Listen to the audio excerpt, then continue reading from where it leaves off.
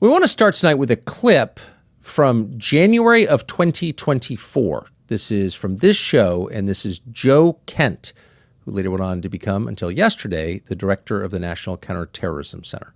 Here it is. What do you think the immediate and then longer term effects of a war with Iran would be on the United States?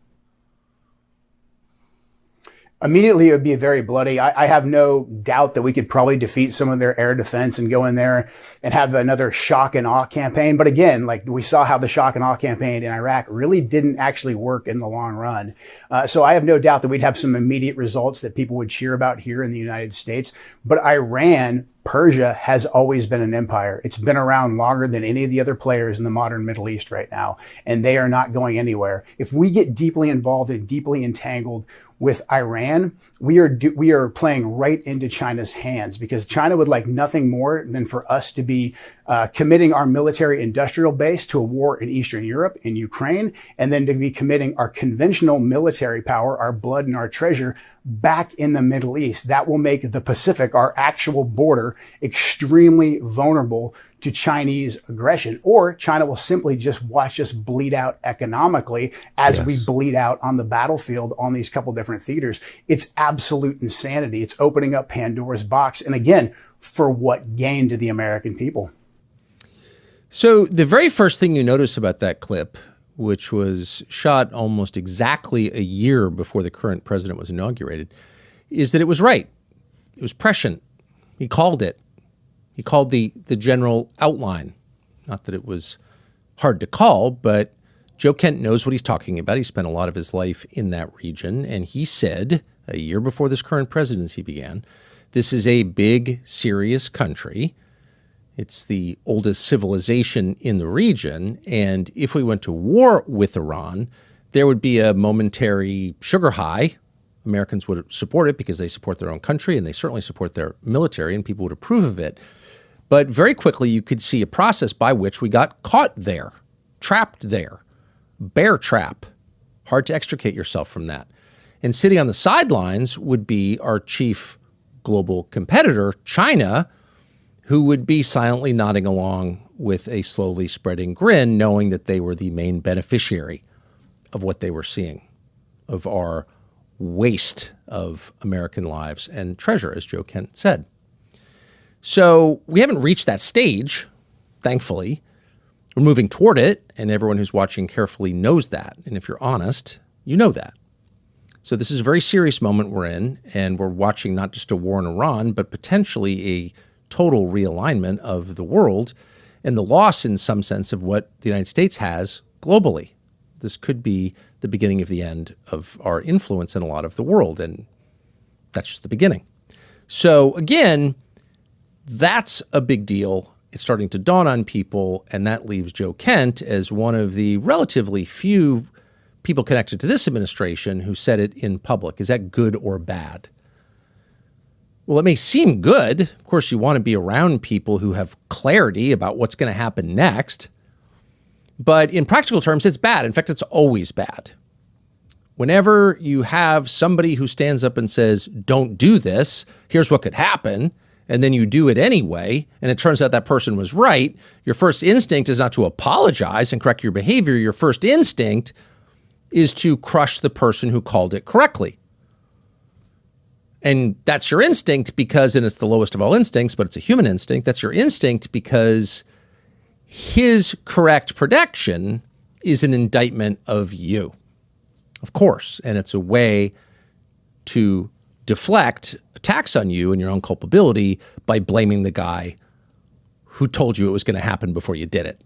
And this is a long-standing fact of human life, and in the last 60 years in this country, it has been the iron law of foreign policy, which is to say, when things go wrong, the only people who get punished are the people who criticize the adventure in the first place. You can imagine General Westmoreland attacking Walter Cronkite of CBS News, whatever you think of Walter Cronkite, in my case, not much.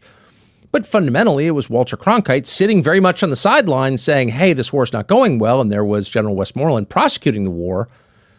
But General Westmoreland argued till the end of his life, in some ways successfully, that he lost the war because Walter Cronkite criticized the war. Is that really true?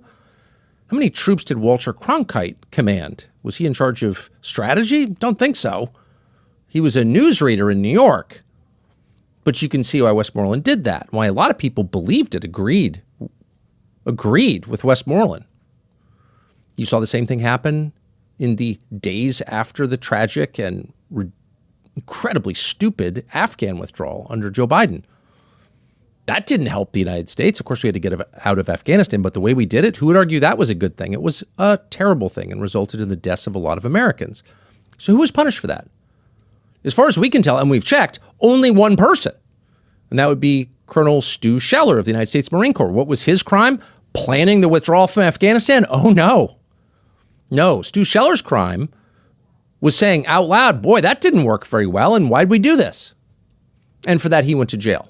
The people who actually did it, who gave the orders, or who carried them out without asking questions about them, which was everybody else, they're fine. You don't even know their names, and they certainly haven't been penalized. So there is a long history, because this is a standing feature of the way people are, that you criticize those who told the truth and who were right, who called it ahead of time.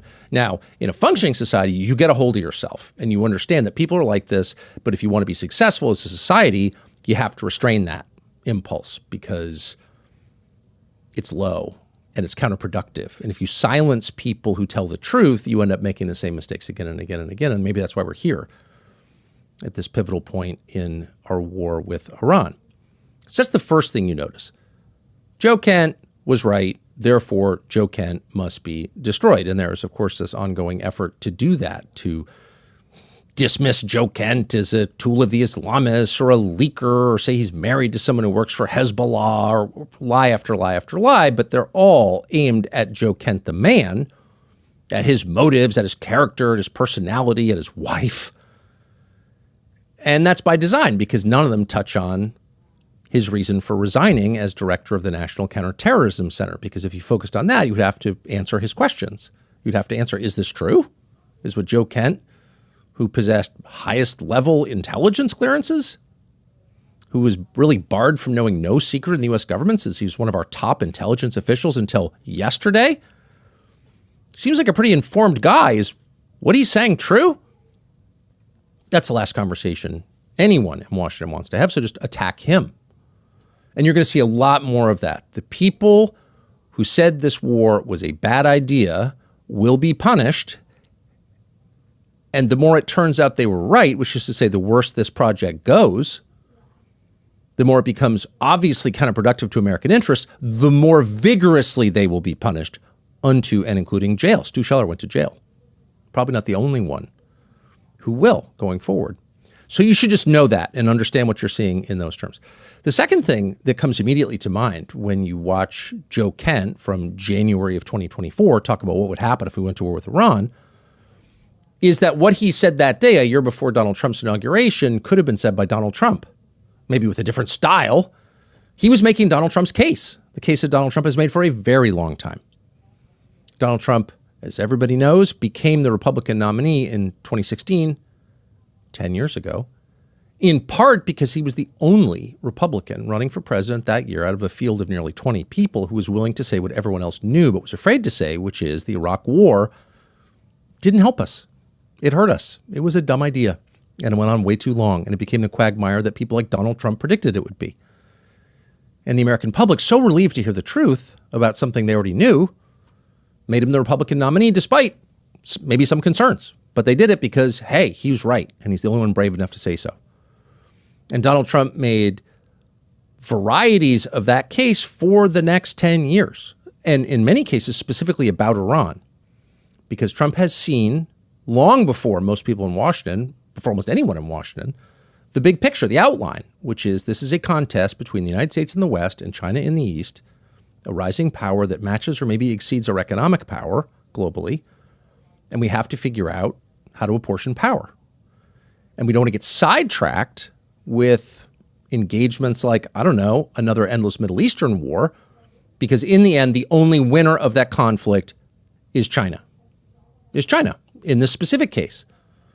Whoever in the end settles this conflict, whether it's the United States or some other power, whoever comes in at whatever the end of it is and says, enough, This is hurting the world. Each side has made its point, but the global economy has a critical interest in the Persian Gulf. That's energy. And we're going to stop this now. Whoever that person is will become more powerful than ever, and everyone else will become less powerful. The person who settles disputes is in charge, not the person who starts them, not the person who wins them, the person who stops them.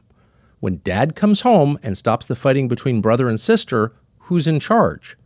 Dad, because he stopped the conflict.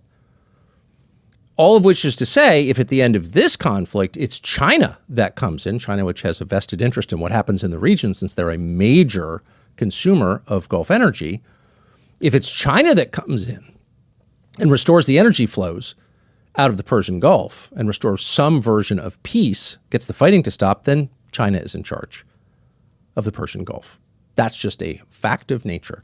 And so a lot is at stake, as Joe Kent knew, as Donald Trump knew.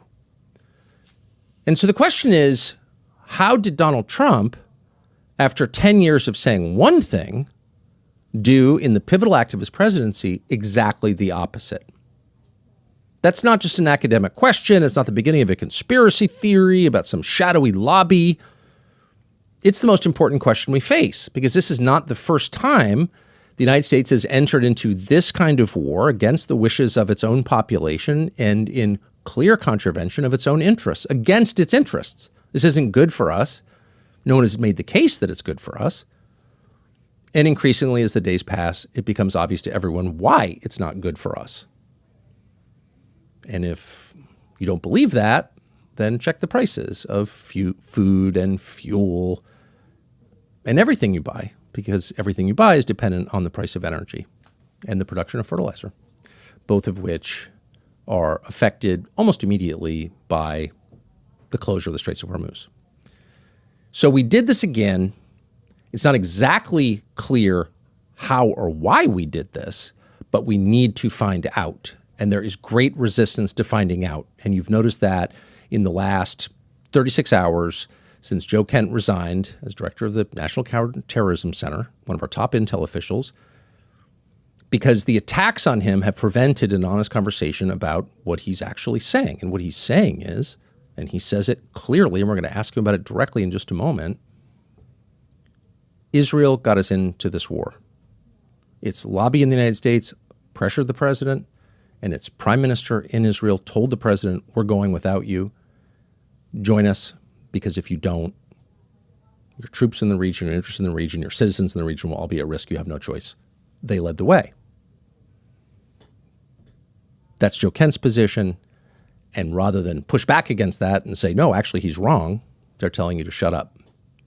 And why are they doing that? Well, there's only one reason people ever become hysterical and slanderous, start screaming at you rather than answering you. It's because they're lying.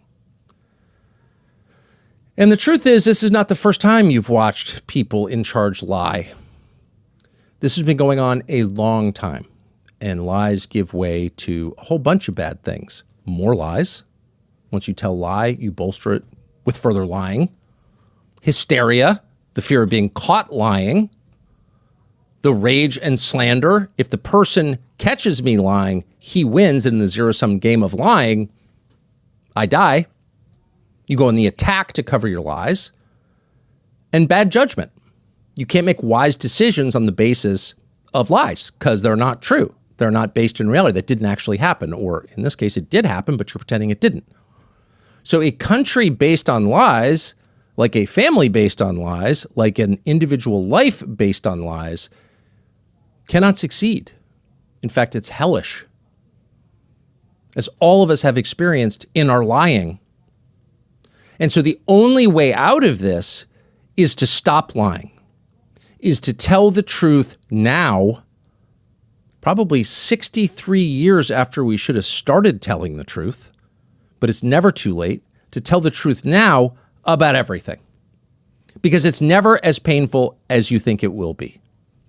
It's actually an act of liberation. In fact, it's the only real act of liberation. Telling the truth sets you free because the truth itself sets you free.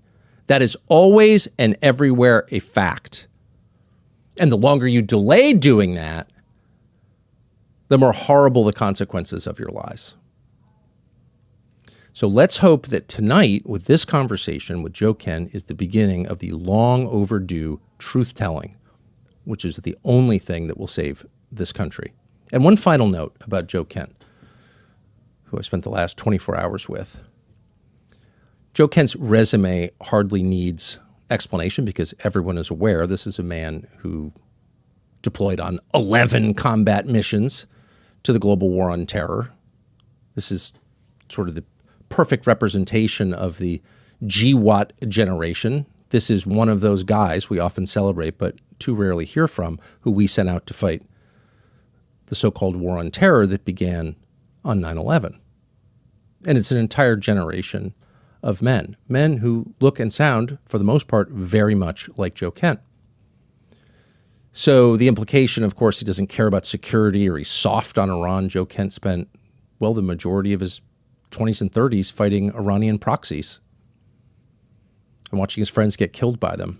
So this is someone who's actually earned the right to speak about Iran and the war on terror. And of course, he was the director of the National Counterterrorism Center. So he's thought a lot about terrorism in this country and the blowback from events like this. And we're going to ask him about that as well. But the other thing to notice about Joe Kent, and it may be his defining factor, is that he doesn't slander anyone. His resignation letter was not an attack on Donald Trump. It wasn't a promise to write a tell-all memoir about what he saw on the inside or to aggrandize himself or to get a job on a TV show or sell something. I asked him at dinner last night, what are your plans? None. He did this purely because he believes, as he'll explain in a second, this is the only way to save the United States from certain disaster. Tell the truth. Air the secrets. Be honest for once in decades about what is actually happening, things that everybody who lives here suspects are happening. In some cases, we're probably wrong. We've come to the wrong conclusions. That's okay. Tell us what actually happened. Tell us why you did this. And let's reorient this country where it should be, which is around its own citizens. Make the decisions that you make based on one criterion. Is this good for my people or not? In the way that a father would lead his family or an officer would lead his troops. It's not complicated. Everybody wants that. That's not a partisan question. That's a human question. And that's the question Joe Kent is posing. Why can't we do this? Why can't we say this? It's not an attack on anybody. Joe Kent himself does not attack anybody. But this is a last-ditch attempt, not simply to save the country from disaster in Iran, but to save the country, period. And as you listen to him speak, ask yourself, is this a man who's working for Hezbollah or is an egomaniac or a leaker? Or is this a man who says very little when he has nothing to say, who speaks straightforwardly and with honesty, self-evident honesty? Is this a man of dignity and decency? Is this a man that America once had a lot of? Is this a man who was once, in effect, the American archetype, the guy you looked up to, the guy you wanted your son to be? Whether you agree with him or not, maybe you're reaching completely different conclusions. But as you listen to him speak, ask yourself, is this the kind of person who makes me proud to be a fellow American? Because it's really a referendum on us. If we can't see that Joe Kent, whatever you think of his opinions, is the kind of man this country should be producing and should be elevating and should be proud of, if we can't see that, then we've failed the test and we've lost. But judge for yourself. Here's Joe Kent. Joe, thanks a lot for joining us. I appreciate this. So I want to go through the letter that you sent yesterday as you resigned as director of the National Counterterrorism Center, and basically through the big points and give you a chance to explain them. You've been spoken for quite a bit over the last 24 hours, so I think it'd be really helpful to all of us if you would speak for yourself and flesh out some of these points. I'm just going to read the first one. I cannot in good conscience support the ongoing war in Iran. Iran posed no imminent threat to our nation. Iran posed no imminent threat to our nation. How did you reach that conclusion? I think this is key. I mean, this would be more challenging to explain had the Secretary of State, the President, and the Speaker of the House not come out and said that we conducted this attack at this time because the Israelis were about to do so. So that takes away the argument that there was an imminent threat, as in Iran was planning to attack us immediately. That just simply did not exist. May I ask you to pause? Sure. And so I've heard people say that, and this just happened, but history has a way of getting rewritten in real time. And then you look back 10 or 15, 20, 25 years later, and no one seems to understand the things that you saw because they've been eliminated. Yeah. So I think it's important to stop and say, here's what we actually know. So I'd like now, if we could, just to play one of the statements that you alluded to, and that's from Marco Rubio, the Secretary of State. And this was shortly after this war commenced. And he was explaining, as is his habit, in a thoughtful, precise way, why. Here's Secretary of State Marco Rubio. And so the president made the very wise decision. We knew that there was going to be an Israeli action. We knew that that would precipitate an attack against American forces. And we knew that if we didn't preemptively go after them before they launched those attacks, we would suffer higher casualties and perhaps even higher those killed. And then we would all be here answering questions about why we knew that and didn't act. Okay, so that is his almost contemporaneous explanation, and it's not offhand. He reasons it out. He explains there's a logic chain there, and he says, we knew not that Iran was going to attack. He did not say that. Right. He said we knew that Israel was going to attack Iran, and in retaliation for those attacks by Israel against Iran, Iran might attack American forces. So the imminent threat that the Secretary of State is describing is not from Iran, it's from Israel.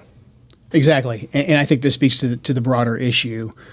Who is in charge of our policy in the Middle East? Who is in charge of when we decide to go to war or not? In this case, with what the Secretary described, and later on the President, later on the Speaker of the House, and the way the events played out, the Israelis drove the decision to take this action, which we knew would set off a series of events, meaning the Iranians would retaliate. Now, I think there's a potential there where we could have done several different things. We could have simply said to the Israelis, no, you will not. And if you do, then we will take something away from you. I think that it's fine that we offer defense to Israel. But when we're providing the means for their defense, we get to dictate the terms of when they go on the offensive. Otherwise, they stand to lose that relationship. And the Israelis felt emboldened that no matter what they did, no matter what situation they put us in, that they could go ahead and take this action, and we would just have to react. And so that speaks to that relationship. But also, it just shows that there was a lobby pushing for us to go to war. I know we'll get into that later on in the statement, but we had a real potential, I think, knowing what we know of the Iranians and how they react, and in particular, how they react to President Trump's leadership. The Iranians, under President Trump's leadership, especially in his second term, they have shown that they take a very calculated approach to the escalation ladder. For instance, in the lead up to the 12-day war before Midnight Hammer, the Iranians didn't attack us. They were engaged in negotiations with us. When President Trump came back into office, they stopped their proxies who were attacking us under the Biden administration because they knew Biden was weak. They stopped their proxies from attacking us as well. So they knew President Trump was someone who wanted to negotiate, but more importantly, they knew that President Trump was not someone to mess with because he killed Qasem Soleimani. He killed Abu Mahdi Mohandas. He had defeated ISIS. They knew that President Trump was a man of action. He is militarily strong. And so they said, before we take an action, we need to make sure that it's calculated. So I think in this scenario, even if the Israelis told us we're going to strike on this date at this time, and we didn't, try to negotiate with the Israelis and say, hey, we'll take something away from them, I think we still could have back-channeled to the Iranians and said, hey, if something happens here in the next couple of days, it's not us. We're still serious about negotiations, and we don't want to escalate this because it's well known what the Iranians' plans were. We knew that they were going to hit potentially our bases in the region, potentially our allies. We knew about the Straits of Hormuz. All of these things, I think, were fairly well known. And the Houthis' ability to close the Red Sea, which they've not yet done, but which would be catastrophic to the world. Everybody knows somebody who has had an unexpected tragedy. You lose a parent, a spouse, and that person, to compound the tragedy, didn't have life insurance. It's bad enough what happened, then comes the financial crisis, the mortgage payment, the college tuition, basic bills that don't stop coming. It is awful. It adds to the pain. So if you've been putting it off, you probably shouldn't anymore. You need life insurance. Your loved ones do. And Ethos makes it easy and fast. The process is 100% online. It's convenient. You get a quote in seconds. You apply in minutes. You can get same-day coverage. There's no medical exam, just a few simple health questions, and then you become eligible for up to $3 million in coverage. Some policies as low as $30 a month. And we know a ton of people who've purchased life insurance through Ethos, and the overwhelming sentiment is that it makes them sleep better. Why wouldn't it? It's literally insurance. Few things as calming as knowing you have helped protect your loved ones in case something unexpected and awful happens. Help protect your family with life insurance through Ethos. Get your instant free quote at ethos.com/Tucker. Ethos, ETHOS.com/Tucker. Application times and rates may vary, but they're good. So, for the purpose of explaining your position or fleshing it out more so people can understand it, because you're the most high-profile resignation by far in a long time. And there's a lot of commentary on this. And I kind of took a quick trip through it this afternoon. And one of the consistent themes is, well, I mean, of course, there's a lot of slander, which we can talk about. But the substantive attack on you, and it is an attack or refutation of your letter, is that, well, actually, Joe Kent was totally for using military action. He supported the Soleimani killing, for example. He seemed fine with the 12-day war, for example. So he doesn't have a problem on principle with an engagement with Iran. You're saying what to that? What's your response? Well, I have no compunction about really fighting anybody who threatens our country, and the Iranians have posed a threat in the past, and the Iranians have a way of threatening America. They have the capability, and we always talk in the intelligence circles about capability and intent, what your enemy is capable of doing and what they actually want to do. And again, back to the data that we have on the Iranians, they used the escalation ladder. We saw that deliberately during the 12-day war. When they struck back after Midnight Hammer, it was very deliberate. They fired an equal amount of missiles as we dropped bombs on the nuclear facilities, and they basically hit a part of a base in Qatar that they knew we didn't have any troops on. Yes. They didn't want to escalate any further than we were willing to go. But also, the Iranians, when they pose a threat to us, they usually do it with their proxies. And if their proxies stick their heads up and their proxies come after us, this is basically the Trump doctrine, we hammer them and we hammer their high-profile leaders. Qasem Soleimani was highly effective and highly revered in Iran because the previous presidents, prior to President Trump, Obama and Bush, let Qasem Soleimani run around, raise proxy armies, kill Americans, and no one ever did anything to him. President Trump rightfully killed Qasem Soleimani. We got his deputy, Abu Mahdi Mohandas, who had American blood on his hands, took them off the battlefield. But then President Trump stopped. He took those two key players off the battlefield, and he said, I'm not going to further escalate with Iran unless you escalate with us, knowing that if we struck Iran and we truly struck the regime, that would only strengthen the regime. So then President Trump did something that's incredibly smart, used that decisive military action, but then he coupled it with an economic package of sanctions, maximum pressure sanctions. And we can debate whether or not we should be using sanctions as the prime reserve currency holder or whatever, but he pressured the Iranians economically. After punching them in the mouth and showing that, hey, I won't take this, I'm not Obama, I'm not Bush. If you cross a line, I will come after you. But then he really put the pressure on them economically. And if you look at the effect of the economic sanctions, that's what got the Iranian people on the streets actually protesting against the Ayatollah's government, which is ostensibly what we would like. We would like to see a bottom-up regime change where we get rid of the Ayatollah, but it's the will of the people, and they have a new successful government that's stable that we can deal with. The one way to throw that all out the window, and this isn't just Joe Kent's opinion, many scholars, and I think a lot of intelligence assessments have been written about this too, I know for a fact they have, is that if we struck the regime, it would only strengthen it. And that's not, I think that's just basic common sense. I mean, I think of myself, and probably you're in this camp as well. We didn't like Joe Biden. We didn't like Barack Obama. But if an outside force were to come in here and try and topple them while they were the president, I would 100% rally around the flag. That's just common sense. So if we wanted to strengthen you actually the Ayatollah, did. You joined the military under Bill Clinton, under Clinton, whom I assume you didn't vote for. Right. Right. You joined in 1998. You've gone the whole cycle of the war on terror, I notice. And served out as an NCO, I think, your entire... NCO and warrant officer. Yeah, warrant officer, 20 years. And I should just say, I hate ever to refer to a man's resume as like a data point because your ideas exist separately. But in this specific case, meaning you spent most of your time fighting Iranian proxies. Yeah, a good deal of it, yeah. Yeah. So you're aware of the threat from Iran. You have personally used violence against that threat. I have. Yeah, a lot of it, I think. And you supported the president's policy up until fairly recently. Right. And you've said that a lot in public. In fact, you went to work for him. He hired you. Yeah. Right. But here's from what I can tell, is the central question: imminent threat. Now, the president has said many times to many people, including the public, Iran can't have a nuclear weapon. Mm-hmm. I'm sure he must have said that to you. You don't have to say it, but he said it to everybody. Is that fair? Yeah, that's fair. Yeah. They can't have a nuke. Whenever asked, we say, let's just start here. They can't have a nuke. Mm-hmm. Okay, got it. Everyone agreed with that conceptually. Was Iran on the verge of getting a nuclear weapon?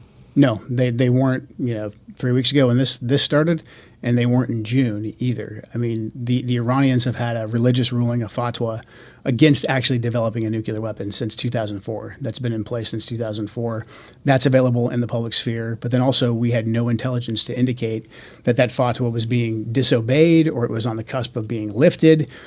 The Iranian strategy, it's actually pretty pragmatic. The Iranians are obviously aware of what's taking place in their region. And their strategy was to not completely abandon their nuclear program, because they saw what happened to Muammar Gaddafi in Libya when he said, hey, I've got no more nukes. I'll do what you say. I'll give up my nukes. And we gave him the Nobel Peace Prize? Yeah, we regime changed him, and he was executed by his own people in the most horrific way. Oh, sodomized by a bayonet. Right. Okay. Yeah.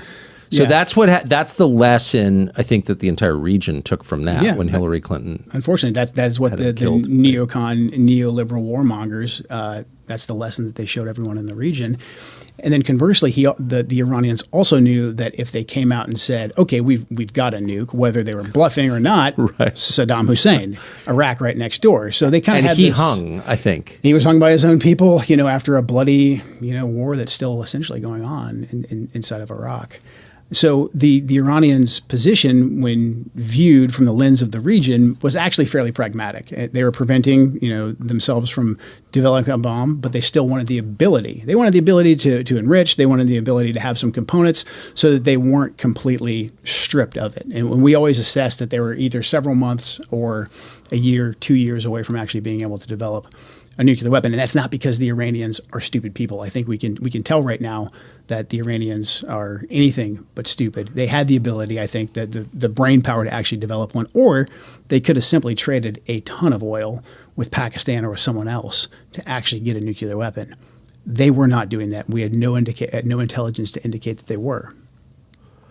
Then why was the president... Was he told that they were on the brink of it? Why, at the beginning of every conversation about Iran, would the president say, I don't want Iran to have a nuclear weapon? Why was that the central question when, and you would know since you were the director of the National Counterterrorism Center, why would he say that if there was no intelligence or evidence that they were actually developing a nuke? So a couple things. This is what I talk about in the letter about this ecosystem of information that's laundered through a lot of prominent neoconservative types that are very sympathetic to the Israeli cause, and then also Israeli government officials who give us things in semi-official channels. What they did was they created basically a shifting red line or a new red line. So if the president's red line was Iran cannot have a nuclear weapon, we've actually got a lot of trade space in there for a deal to be made, because of what I just described with the Iranian policy. Essentially, the Iranians saying, okay, well, we don't want a nuclear weapon. Well, that means we basically are at a point where we can start negotiating and we can come up with a deal. And the president is a fantastic deal maker. So if your goal is to move us away from any kind of deal and your goal is to move us into a conflict, you have to shift that red line. And that's where a lot of this I would say what became a de facto U.S. policy of Iran can have no nuclear enrichment. It was laundered through a lot of the different talking heads, Mark Levin, Mark Dubowitz. You've got the Foundation for the Defense of Democracies, you name it. Washington, D.C. has plenty of pro-Israeli lobbyists who will come and say those things, who will publish think pieces on it, who will go on the media, who will run op-eds in the Wall Street Journal to talk about this, why they can't have any enrichment whatsoever. And then we have a high degree of engagement with Israeli government officials who will come in and say, well, they're enriching and they could enrich or they could enrich more, and that will get them closer to a nuclear weapon. So then enrichment basically became the new U.S. policy. And the only official I've heard, and folks are welcome to look for this, that said this in the first Trump administration was Mike Pompeo. He said it. The president didn't say it. The president has been very consistent. He said they can't have a nuclear weapon. But again, like I said, that puts us at a place where we actually could have negotiations. And only President Trump, I think, could successfully have negotiations with Iran because he actually punched them in the face. And the Iranians had been walking all over us. They had been killing our soldiers. All of that is true. I have no sympathy whatsoever for the Iranians, what their proxies were doing. President Trump level set that when he killed Qasem Soleimani and he killed Abu Mahdi Mohandas. The folks who wanted to push an actual regime change war in Iran knew this, and they knew there was a potential to get a deal, or there was a potential for President Trump just to continue the policy of maximum pressure sanctions, and if you come after us, we will hit you hard. And that got the protesters out on the street in Iran, and that's actually what the regime feared the most. I don't think the Ayatollah feared dying, not because he, is some crazy lunatic. I'm sure some degree of the Shia martyrdom culture played a factor in that. However, I think he knew that if he was killed, the regime would survive because the people would rally around the regime. Well, there's been a lot of noise in the news lately, but none of it matters if you can't hear it. And there's no shame in that. It happens to millions of people every year. If you shoot a lot, you know the feeling.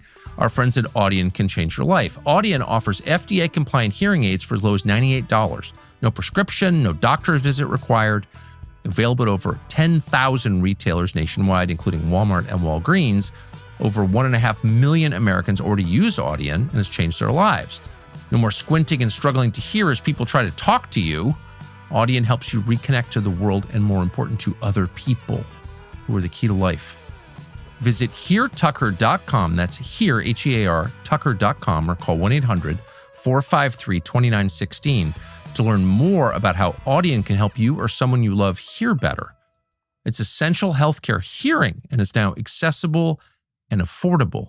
That's the system should have done all along. I believe you predicted this, some years ago. I think we're watching. I mean, it's hard to know exactly what we're watching, but it seems consistent with what we are watching. So I'm just focused on this question of imminent threat because that's really the only justification I think most Americans would accept for a preemptive war. Certainly. Otherwise, just like a war of choice done because Bibi told you to, and no one wants to get behind that because it's obviously illegitimate. So imminent threat, you're saying that there was no intelligence that you saw with the highest level clearance, obviously involved in this conversation, that showed an imminent threat from Iran to the United States? No, unless we took certain actions, unless we came after them in a way that they thought threatened the regime. Then we basically knew what they were going to do. Well, okay, but right, of course. Right, but like any country. So if you attack any country, we know that they're going to have a reaction. We face an imminent threat once we attack you. Fantastic. Yeah, exactly. But there was no intelligence that said, hey, on whatever day it was, March 1st, the Iranians are going to launch this big sneak attack. They're going to do some kind of a 9/11 Pearl Harbor, et cetera. They're going to attack one of our bases. There was none of that intelligence. Again, back to what we know about the Iranians, they're very, very deliberate with the escalation ladder. And again, they're only deliberate under President Trump's leadership because they knew and they took President Trump very, very seriously. So, I mean, I just think it's a remarkable thing to nail down because you're not some guy on Twitter. You're a senior, as of yesterday, you were a senior U.S. Intelligence official who's not hostile to President Trump, who's not going to here to write a tell-all book or launch a media career. So I think you're a sober voice on this. And just to be clear, there was no intelligence that showed an imminent threat. There was no intelligence that showed they were on the cusp of building a nuclear weapon. There was no intelligence, indeed, that showed they were trying to build a nuclear weapon. And nobody said, I've seen it, but you haven't. It exists, but you just haven't seen it. Did you ever hear anybody say there is intel that shows this? I did not, no. But I know how this works. I know the Israeli officials, some in intelligence, some in government, will come to U.S. government officials, and they will say all kinds of things that we know from our intelligence just simply isn't true. And they'll say, hey, I'm giving you a preview. It's not in intelligence channels yet, but here's what's going to happen. And that doesn't usually come to Wait a second. I mean, I thought that U.S. policymakers made their decisions on the basis of intelligence collected and or vetted by our intelligence. That's why we have intelligence agencies that soak up hundreds of billions a year. But you're saying that Israeli officials short-circuited the entire U.S. government and just went right to American policymakers and said, it doesn't matter what your country says, here's what we know? Is that what you're saying? I mean, usually they're pretty slick, and of course. And they'll say, "Hey, this isn't in intelligence channels yet because it's going to take some time to get there." And here, they're on the cusp of building a bomb. You know, they're going to, I don't know, you pick your topic. A lot of times they'll sample different things until they find what sticks. But in general, the narrative about, you know, they're going to do a preemptive attack, or really just they're going to build a nuclear weapon. And if we don't stop them now, they're going to build a nuclear weapon. And enrichment is the pathway to that. They're going to continue enriching at whatever percent. Enrichment became the narrative.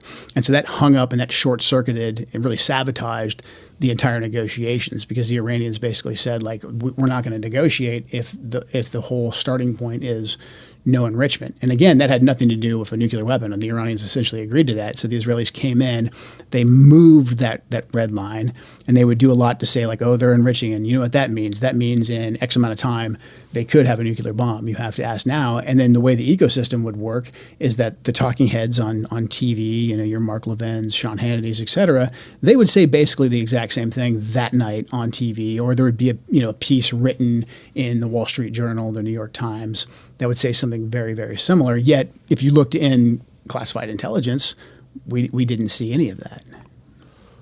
I mean, that must have been such a weird experience for you. Bizarre. Since you have access to the biggest and most powerful and presumably the best intel agencies in the world, and you're seeing people say things as fact when you know that they're not facts. Right. What was that like? Infuriating. And I think that's why, in general, in the lead up to this last iteration, a good deal of key decision makers were not allowed to come express their opinion to the president. Not allowed by whom? I think it's important for me right now just to stay on the facts. I don't want to point names. I don't want this to become a name calling, or this guy did this on this day. But any leader has gatekeepers, and so you're saying that you were prevented from bringing this information directly to the president by gatekeepers. Well, there wasn't a robust debate. So in general, because our assessment really hadn't changed, we would send those up through intelligence channels. Everybody's kind of reading the same intelligence, but then what actually gets briefed to the president can be very, very different depending on who and how it's delivered. And without a level set from the intelligence community, someone like D&I Gabbard coming in and saying, Mr. President, like, here's the full scope of the intelligence and what it means, you're kind of lacking that sanity check of where we're at, or at least a good sampling, to gauge how accurate what the Israelis are saying is. And that process, in my view, was largely stifled in this second iteration. There was robust debate and robust discussions leading up to the 12-day war into Midnight Hammer. But this second round, to me, and I'm sure others will refute this and disagree with me, but what was conducted by just a handful of small of advisors around the president. That is true. I believe what you're saying is true. My sense, though, and you would know more than I, is there weren't a lot of people directly around the president who work there, who work at the White House, the principals, who are making an aggressive case for this war. Do you think there was there a majority of like his top 10 advisors who were saying we must do this now? I think the circle that was around him was very, very tight and very small. And I think they were all on the same sheet of music. And I think a lot of them were getting their information from the ecosystem that I described. And I think we'd be in a different place if we would have talked about what the intelligence picture is and what our interest is. So Israeli government talking points laundered through Fox News and the Wall Street Journal, is that the ecosystem you're talking about? Yeah, and then the Israeli officials coming in and basically either ahead of time or after the fact saying the same thing, like the enrichment is going to get them a nuclear bomb in a set amount of time. Do you believe that you and the D&I, for whom you worked until yesterday, had as much FaceTime with the president as Israeli officials did? I don't know. I don't know that for sure because I don't know exactly how frequently the Israelis were engaging directly with the president. It did seem like Benjamin Netanyahu was Obviously that was all public that he was in the White 7 House. times in a Quite a year. bit, yeah, quite a bit. And then his other officials as well, Dermer, et cetera, those guys were in, they were making phone calls, just a lot of engagement from them. And again, when we would hear, or you'd hear what they were saying, it didn't reflect in intelligence channels, even intelligence that we shared with the Israelis, that the Israelis were giving us in many cases. So there was a clear, gap between, the intelligence and then the information that the president was given and the decisions that the president was making. I don't want to put you in an uncomfortable position. Obviously, you're not going to divulge anything that's classified. I don't think you would. You definitely shouldn't, because there are people who hurt you for that, and you shouldn't. So without encouraging you to do that, I think it's a commonplace. It's understood in Washington. I've heard from many people who work in your business that a substantial portion of our information touches Israel at some point. Either it's collected by them, it is shaped by them.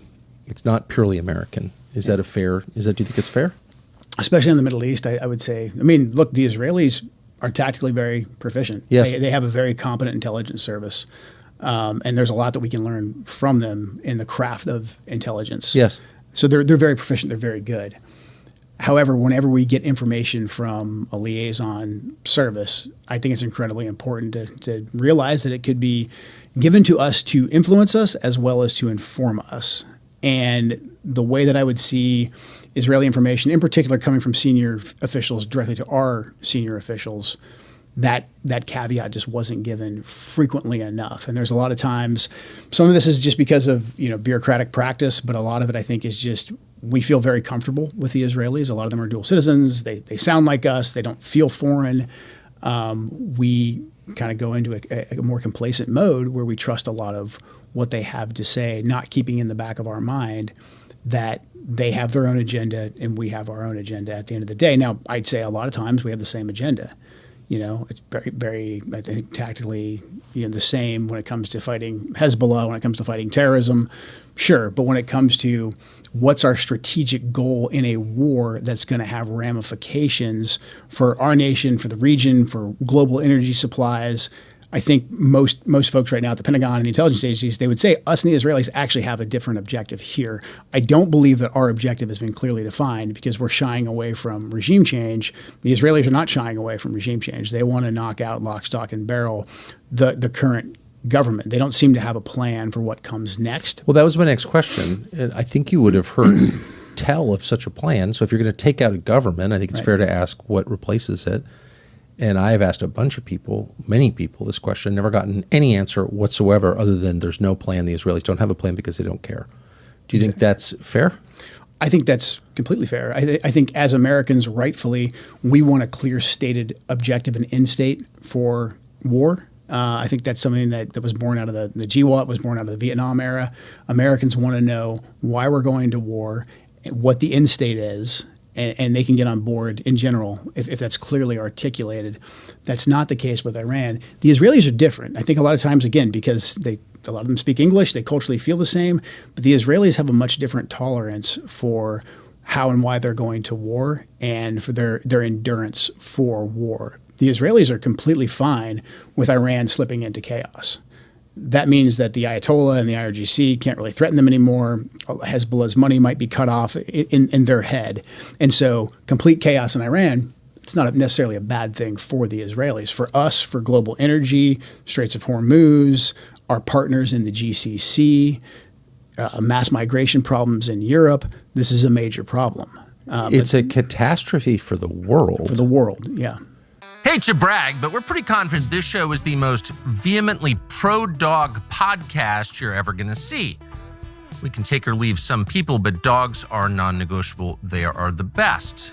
They really are our best friends. And so for that reason, we're thrilled to have a new partner called Dutch Pet. It's the fastest growing pet telehealth service. Dutch.com is on a mission to create what you need, what you actually need, affordable quality veterinary care anytime, no matter where you are. They will get your dog or cat what you need immediately. It's offering an exclusive discount, Dutch is, for our listeners. You get $50 off your vet care per year. Visit Dutch.com/Tucker to learn more. Use the code Tucker for $50 off. That is an unlimited vet visits. $82 a year, $82 a year. We actually use this.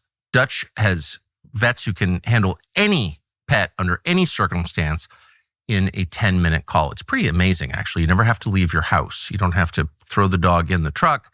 No wasted time waiting for appointments, no wasted money on clinics or visit fees, unlimited visits and follow-ups for no extra cost, plus free shipping on all products for up to 5 pets. It sounds amazing, like it couldn't be real, but it actually is real. Visit Dutch.com/Tucker to learn more. Use the code Tucker for $50 off your veterinary care per year. Your dogs, your cats, and your wallet will thank you. Right. And it's a little galling that I was treated to lectures for a couple of weeks about, the valiant people of Iran and how we needed to save them. And then a lot of the exile communities here in the United States of Iranians, a lot of them really nice people, sure. They jumped on board. We got to save our people. But by your telling and by the facts, by the way, this is not really an opinion. There's no plan for what happens after regime change. Like the people pushing that line would be happy to see a permanent civil war there, which is insanity. So if we do want a real regime change and we want the people to rise up, we want it to happen fairly organically. Going aggressively after the Ayatollah was the last thing that we ever should have done. Again, like I'm no fan of the former supreme leader, Ali Khamenei. However, he was moderating their nuclear program. He was preventing them from getting a nuclear weapon. If you take him out, if you kill him aggressively, people are going to rally around that regime. And the next Ayatollah that you get, and I think this is the case by all data that we have with his son, the next Ayatollah that you get is going to be more radical because he has to show the people that he's going to push back. And there's always a tension inside of Iran between the IRGC, the Iranian Revolutionary Guard Corps, and the clerics who run the country. They have a healthy, I think, tension between the two, a rivalry. IRGC's leadership, these are Qasem Soleimani's troops. These are the guys that Soleimani trained. These guys, most of them cut their teeth in the Iraq-Iran war. A lot of them cut their teeth fighting us in Iraq. They cut their teeth fighting ISIS in Iraq and Syria. They created Hezbollah. They trained and armed Hezbollah. So these guys are actually pretty serious and pretty hardline, and they're willing to fight, and they want to fight. And so by killing the Ayatollah, we've given them more power because now internally they can go and they can say, hey, all you guys who thought that we could negotiate with the Americans, you're chumps. We have to fight them. So I think the longer this goes on, the more negotiators, the more moderates that are killed off, like we just killed Ali Laranjani, who was a negotiator, who was eager to get us a deal. Again, look, I've got no love for the IRGC. I've got no love for the Iranians. But you've got to realize, just to be clear, if you want it to end, in case you're tuning in right now, you fought their proxies. I fought their proxies. I mean, I put countless of them in flex cuffs or much worse. I've gone after the Iranians. I was in specialized outfits that went after the Iranians and their proxies. These are very serious people. They're not supermen by any means. They're humans, but they're serious. And if you give the IRGC a reason to take more control and they get support from the people, because again, you kill off the Ayatollah, they can say, hey, the last guy was too moderate. Look at what it got us. Like, give us more control. I get it. And the Iranian people are going to be like, well, actually, yeah, I don't like getting bombed by the Americans and the Israelis. Maybe we do need to listen to the IRGC. So a lot of these, the points that you're making, I think are insightful, but they're also pretty obvious if you kind of game it out for 10 seconds. Yeah. So it seems like you've got two different goals. You've described Israel's goal as just regime change, permanent chaos, take Iran off the map as a coherent nation state, just tie them up with internal chaos, whatever the effects of that are on the rest of the world, all of them disastrous. Then on the American side, you have the president's stated goal, which is we can't let Iran have a nuclear weapon, which they didn't have and weren't trying to build in any imminent way. Right. Okay. So if you join those two together in a common mission in a war, like that's our partner in this war, yeah, then you create all kinds of very bad incentives. Mm-hmm. And now Laranjani, I think, was killed by the Israelis. You saw the Israelis blow up Qatari natural gas facilities today in the Qatari natural gas field, which feeds the rest of the world LNG. Those seem like very obvious steps, not to minimize the threat from Iran, but to lock down the United States in perma-war. We can't get out after we do that. You kill the negotiator, you attack our closest ally in the region, is probably Qatar. You attack Qatar, apparently? Like, no one thought this might happen? And there's no reins on the Israelis, unfortunately. I mean, we continue to refer to them like as our partners are equal to the best partners we've ever had. But at the end of the day, the Israelis couldn't do any of this without us. And so we have to be acting against our interests in a very obvious and very serious way. And again, it's obvious if we've stated that our goal is just to take away their ability to ever even enrich and to take away their ballistics and to take away their Navy, all these kind of tactical objectives. If we say that that's our objective, and that's when we can come to a place where we can just exit, it's in the Israelis' interest to get us more and more entrenched in this. Exactly. And that's exactly what they're doing right now. You know, I when the Israelis killed Laranjani, I think I may have misspoke and said we didn't kill him. The Israelis, yes. The Israelis struck him. But I do believe in Iran at this point of the war, they view it as, whether we like it or not, I think they view it as us and the Israelis kind of as the same thing. We've described it that way. Because the Israelis couldn't do any of this without us. And that's where the relationship is just way off kilter. If they have different objectives than us, then what are we doing letting them drive the war? So you just said something that's been disputed many times by I'm not going to name anybody, but by advocates for Israel. It's a PR department here in the United States, which is huge.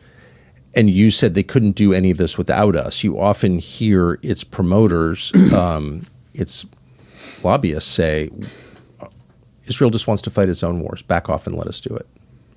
Is that not? I'd love us to run the experiment. We try that. What would happen?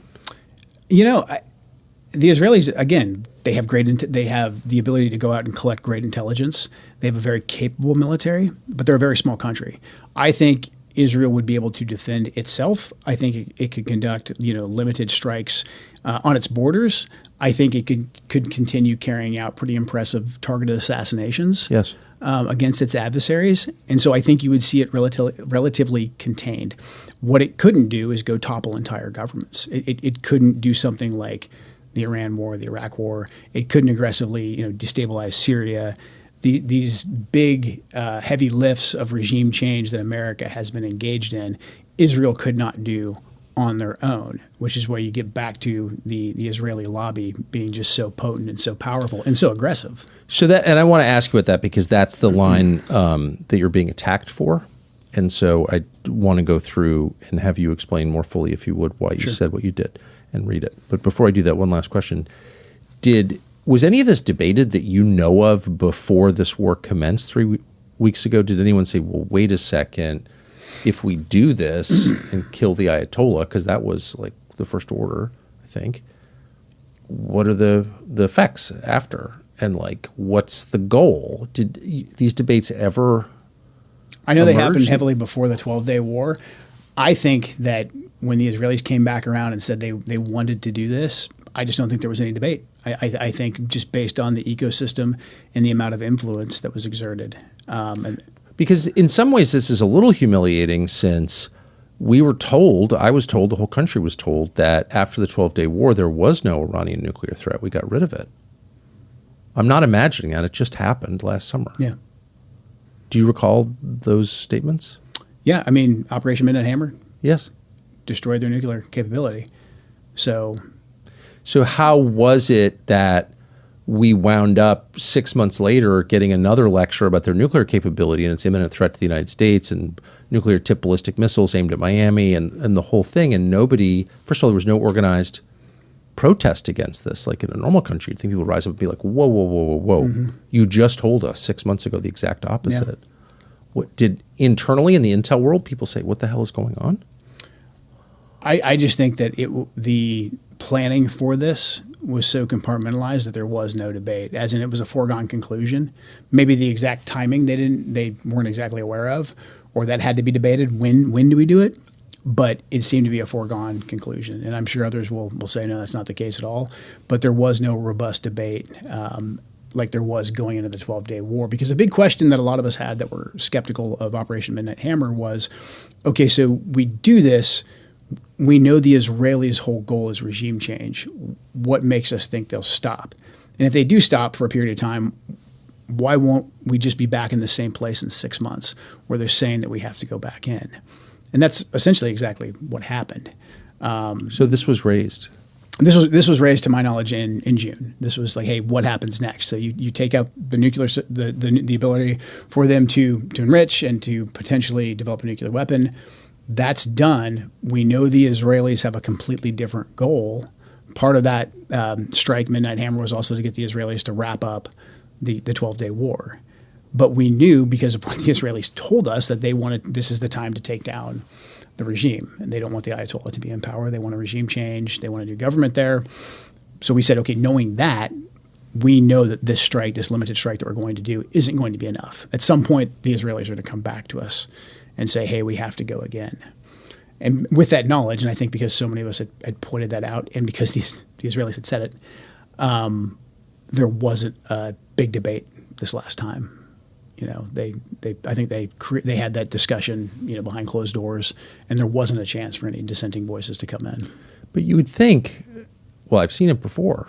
When a question like this arises, the people making the decision go immediately to their own intel agencies, and in your case, the agency that has jurisdiction over those agencies, and say, all available intel on the question of the Iranian nuclear program, all available intel on the question of ICBMs or its ballistic missile program, all available intel on what might happen if we topple the regime in place.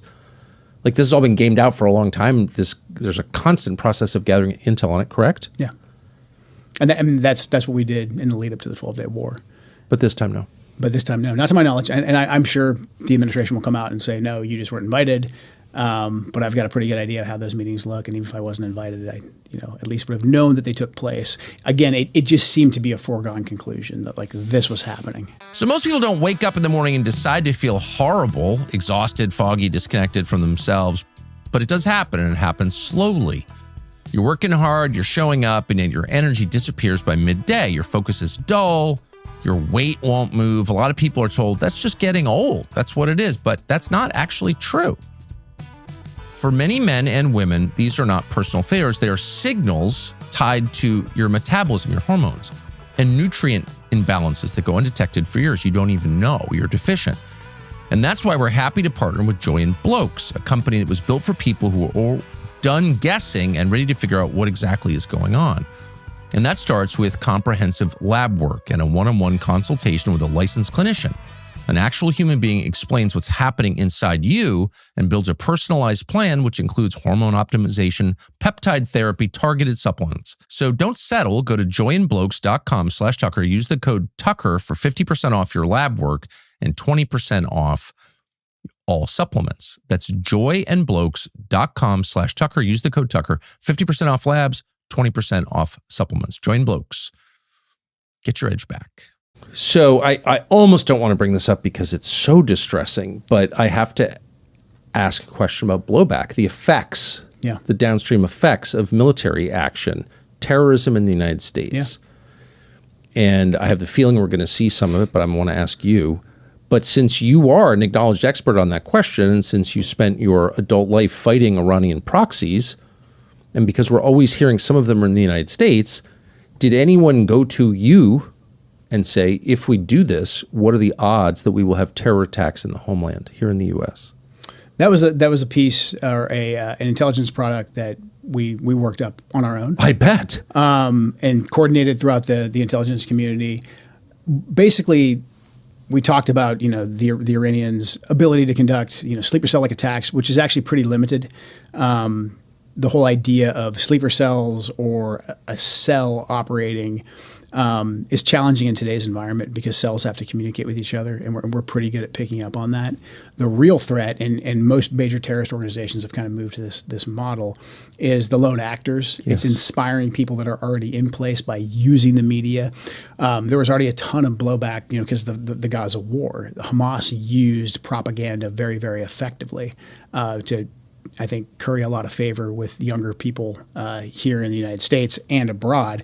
And there was multiple terrorist attacks in America in the last year where Gaza was cited because they consumed some of the propaganda coming out of Gaza. And these people weren't, infiltrated Iranian agents. They were here, folks that were homegrown.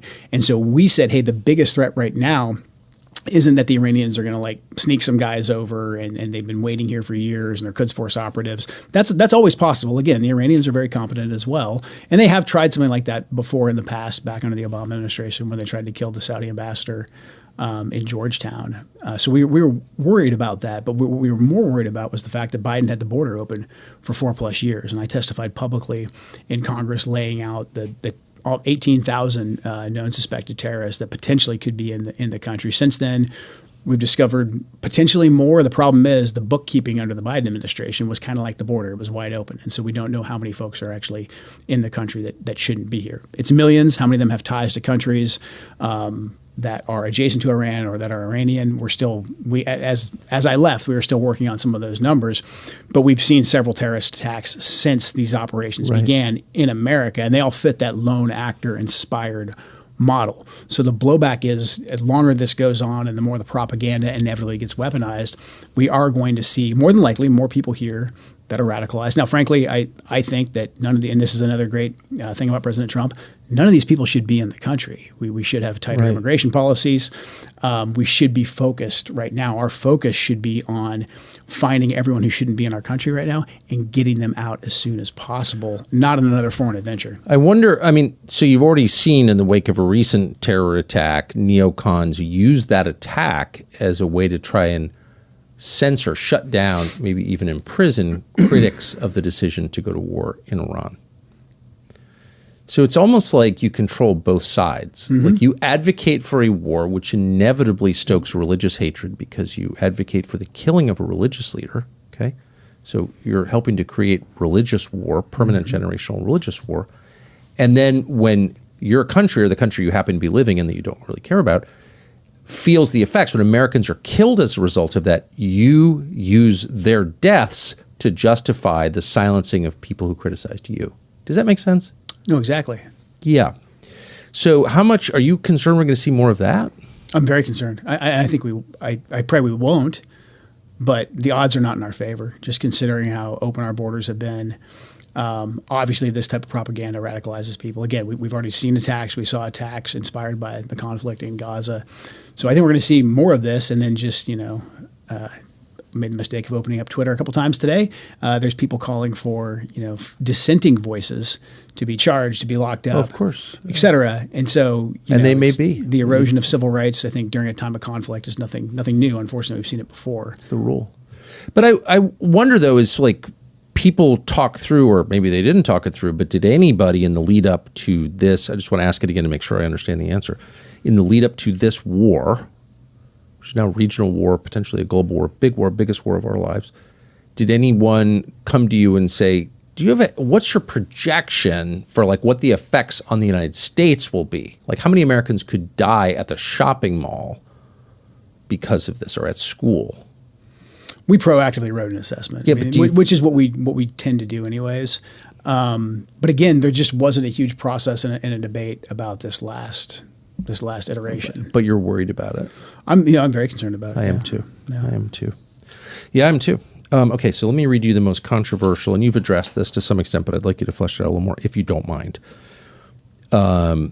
You say to support the values and the foreign policies that you campaigned on during 3 campaigns and that you enacted. You understood up until June of 2025 that the wars in the Middle East were a trap that robbed America of the precious lives of our patriots and depleted the wealth and prosperity of our nation. Early in this administration, this is the change, high-ranking Israeli officials and influential members of the American media deployed a misinformation campaign that wholly undermined your America First platform and sowed pro-war sentiments to encourage a war with Iran. This echo chamber was used to deceive you into believing that Iran posed an imminent threat to the United States and that you should strike now. There was a clear path to a swift victory.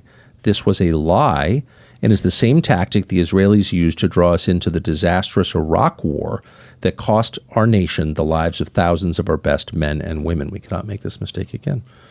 So I think you've explained how the echo chamber and the lobbying campaign worked. It wasn't just on Fox and the Wall Street Journal. It was by telephone and text message. It was in person, and it was relentless. And there was no countervailing campaign. There was almost nobody who went to the president and said, well, actually, here's the American view, which is frustrating. But then you allude at the end of that to the Iraq War. And I think you told me at dinner last night, I think you spent 5 years total. You had 11 combat deployments. You spent about, you think, 5 years in the country. Yeah, I mean, 9 of those deployments were to Iraq for 6 to 8 months. So, yeah. Okay, so you've had some time to think about the Iraq War. yeah. More time than is healthy, yeah. Can I just say, because it makes me... So here you go, you join the Army at 18. 18, yeah. You spend your whole young life there. Go to all these wars, 11 deployments. You spend 5 years in Iraq, over 7 deployments, and you reach a series of conclusions, fighting and being shot at by Iranian proxies, and now you say, I don't think this war is good for America, and you're being slandered as a bad, unpatriotic quitter who secretly sympathizes with the Ayatollah. I just have to ask you how that feels. I mean, they love you when you're just saluting and moving out, but then the second you say, I don't think we should be doing this, and I have an opinion now, then all the attacks come at you. But I truly believe that that God put me where I am right now, really putting me through everything I've been through in my life to bring me to this point. I don't believe that God said, hey, you're here now in this moment to just sit back and be a good soldier for this iteration. I've had lots of friends who have said, hey, I think you would have been more value staying in the administration with your experiences. And I understand that, and I'm flattered by it. But considering all that I've seen, the conclusions that I've reached, I feel like I'm here for a reason. And something I think probably on my 3rd or 4th deployment, as I was realizing that we were lied to get us into Iraq, and that we had a whole mess that we now had to clean up, and how much it mirrored and echoed Vietnam.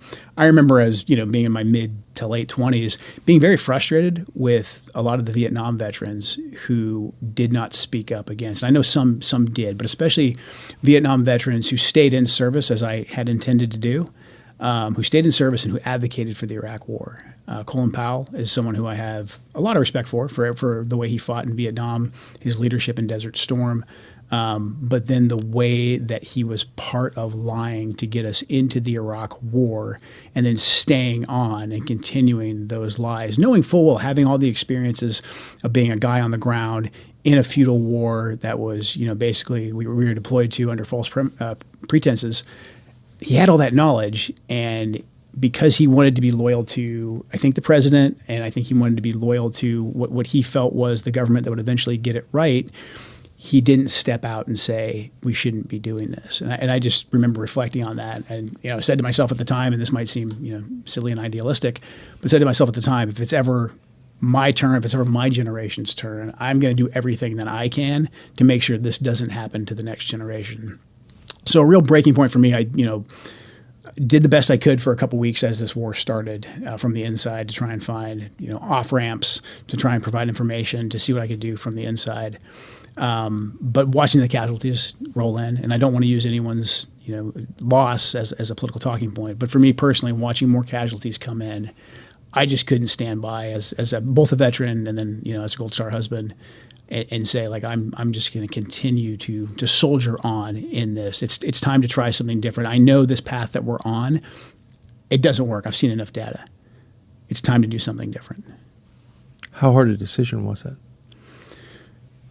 It became really clear to me, over the weekend, this past weekend, that our message just wasn't getting through, and I was like, I know what happens if I stay. If I stay and I go along with this, I'm going to be knee deep in it, trying to just chip away and make a difference. But my ability to have my voice heard, to present data that runs contrary to the trajectory and the agenda that the administration's on, that's going to be squashed before it even really reaches the White House. And so I knew I had kind of hit my limit of effectiveness in that capacity. So really, it should have been a hard decision, but for me, it was crystal clear. It was like, number one, I can't be a part of this in good conscience, and I need to do everything I can to actually speak out about it, and speak out in a way that I hope resonates with the president and with some of my former colleagues. I understand they might be mad at me. They're getting hard questions from the media, but I really want them, as we descend even further into this war, I really hope that they take the time to reflect and to realize that we still have time to get us out of this. And then also for the 77 million people who voted for President Trump, who voted for no new wars, who voted for the foreign policy that President Trump enacted in his first administration, the foreign policy that I described. I mean, President Trump's first foreign policy, the one that he ran on, the one that he destroyed the Republican neocon establishment on, was incredibly pragmatic. We're not saying, you have to be some kind of a pacifist.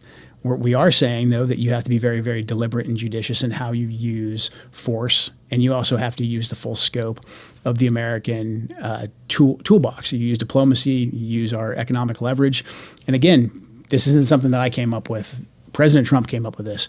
President Trump enacted this. And this is why 77 million people voted for him. It's probably not the only reason, but the no new wars, put America first, don't let us bleed out in the Middle East. That's what people voted for, and that's what I think you campaigned for, and I think that's something he could get us back to if he just takes a look and assesses how we got to where we are right now. I want to get to that in a minute. Your solution, and I just want to be transparent about my motives. Not in this to attack anybody. Right. I'm concerned to the point of agitation about where this is going and its effects on the United States. I hope I'm wrong, but I believe it, and I think you do too. Yeah. I think this is the most serious thing that's happened in my lifetime. So I want to fix it, and I don't want it to happen again.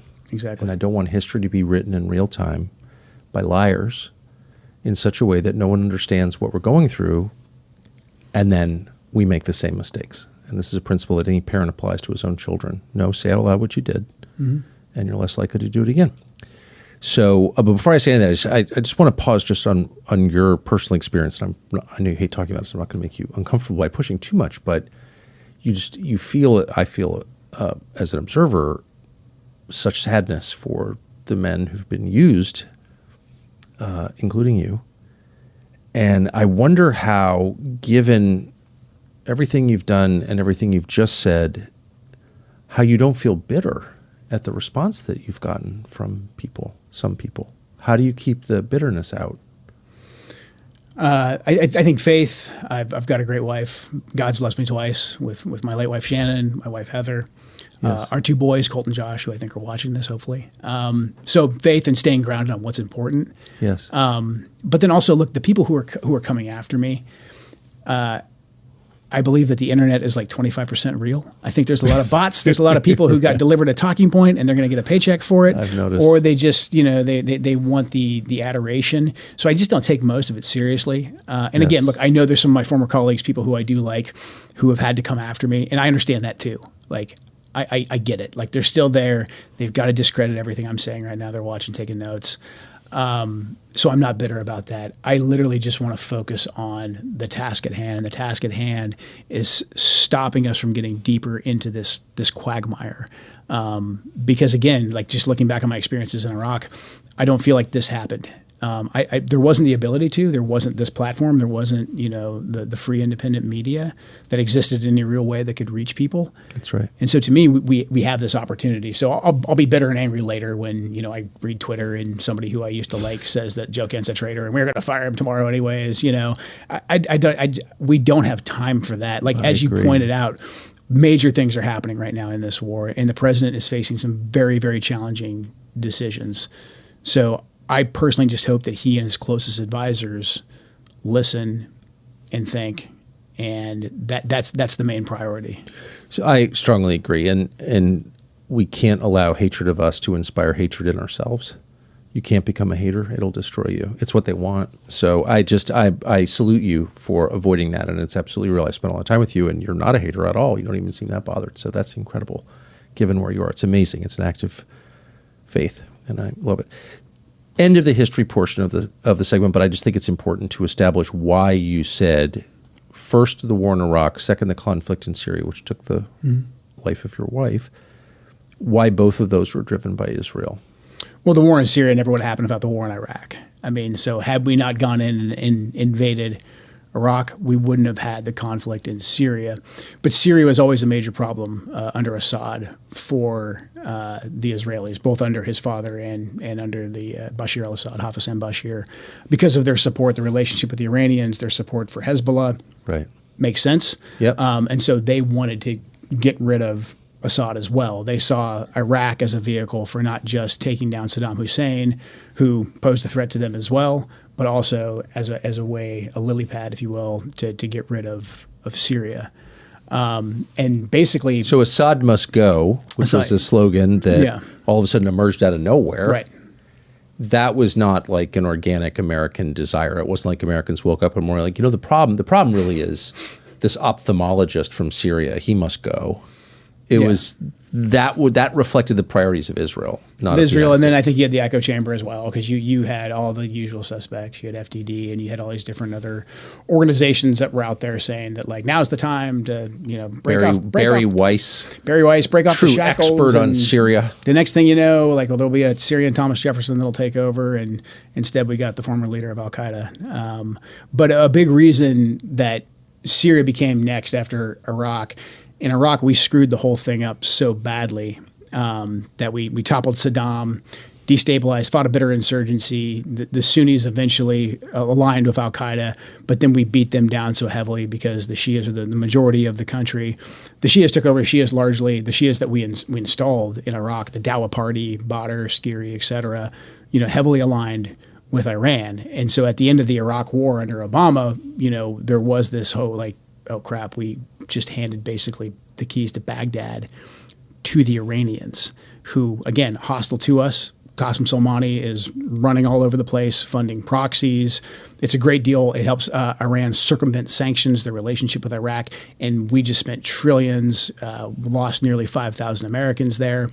And now we have this Shia superstate. And so then there was a ton of pressure coming from not just the Israelis, but I think also a lot of the Gulf to say, hey, we've got to get rid of Assad as well, because now you have this Iranian land bridge that goes basically from Damascus all the way to Tehran, and then you can hook that down into the Lebanese area where Hezbollah is. Yeah, southern Lebanon. So next thing you know, well, if you want to get rid of the guy Assad, who's an Alawite, well, you got a country full of like really angry Sunnis, and what are those guys going to turn into? And so next thing you know, we're now on the side of ISIS and Al-Qaeda.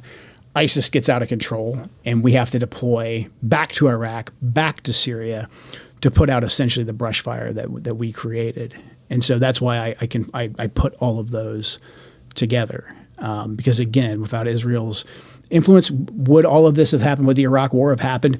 Maybe, but they heavily lobbied for it. I mean, Benjamin Netanyahu, you can pull up tapes on YouTube, like the guy was lobbying heavily back in 2002 for us to do regime change in Iraq. And he has stayed in power ever since. Ariel Sharon, who initially was the PM in the lead up to the Iraq War, initially was against it because he wanted us to focus on Iran. But then towards the end, he got on board as well.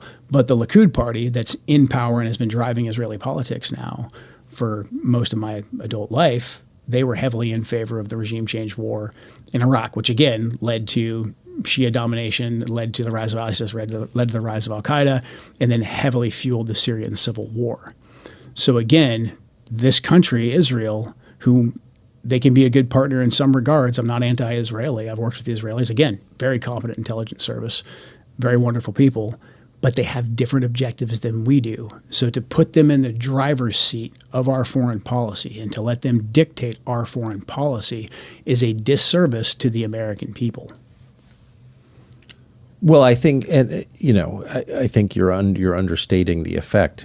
Disservice suggests like an inconvenience. It's dangerous, yeah.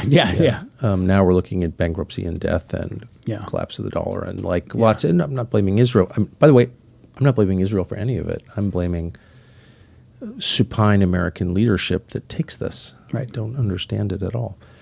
And that kind of leads to the most uncomfortable question of all, and I don't know if you can answer it. I don't think I can answer it. But since all of these dynamics are very well known to everyone in Washington, everyone who pretends this is not real, the Tom Cottons of the world, Lindsey Grahams or whatever, the liars, everybody knows. Everybody knows, pro-Israel people know, anti-Israel people know that what you're saying is true. I don't think there's any debate about any of it. So since it was clear that we were being pushed by the Netanyahu government into this war, that they were choosing the timing, they chose the timing, right? I mean, Yeah, I'll take Marco Rubio's word for it. I'll take Marco Rubio's word for it. Was it ever discussed, the option that you mentioned at the beginning, like, how about no? Not that I know of. Okay, so then you have to ask, I'm just following the logic train here, what kind of pressure does it require to get a president who campaigned against exactly this thing for 10 years to do exactly this thing? What does it take to do that? I wish I knew definitively. I think there's two potentials, there's two schools of thought. I mean, one is the media echo chamber, the donors, the way the Israelis come in and kind of launder the information like I described previously. And then the other option is much darker. I mean, we still don't know what happened in Butler. We don't know what happened with Charlie Kirk. And by no means am I saying, like, the Israelis did this or any of that, but I'm saying there's a lot of unanswered questions there. And there is enough data to at least say that there's a good chance that President Trump feels like he is under threat.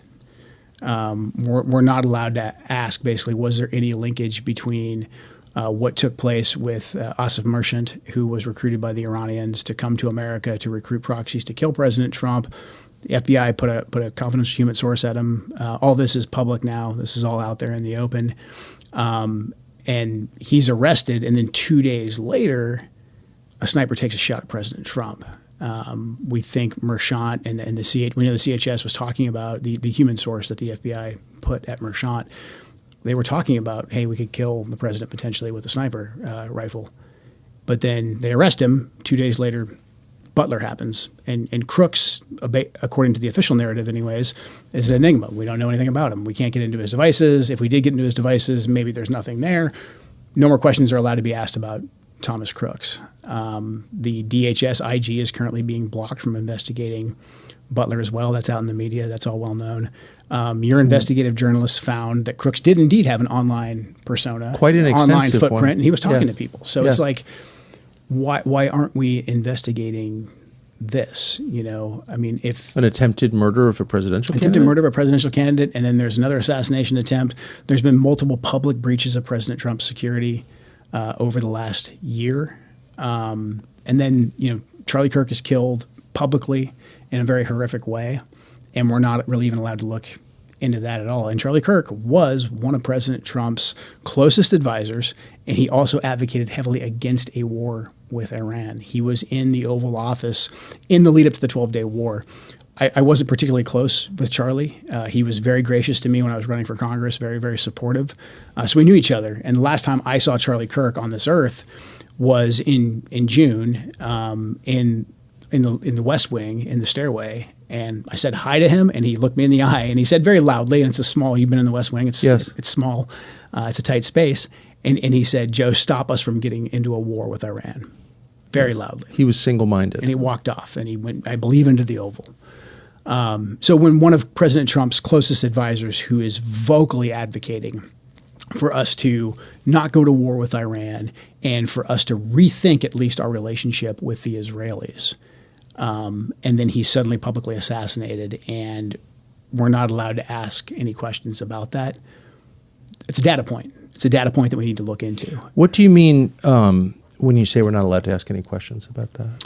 We've been told that this individual, Robinson, is a lone gunman, and maybe he is.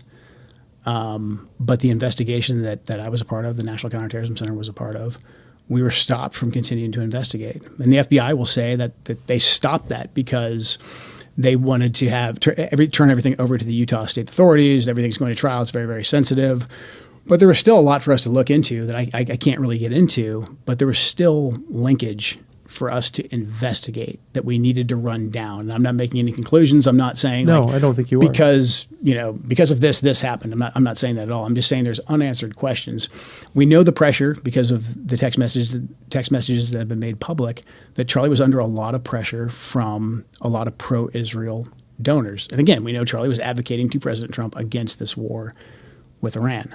And we knew at the end of the 12-day war, at the end of Midnight Hammer, that the Israelis were going to come back and ask us to go back to war again. Right. So we have a lot of data points between Butler, the assassination attempts against President Trump, the breaches of his security, what happened to Charlie Kirk.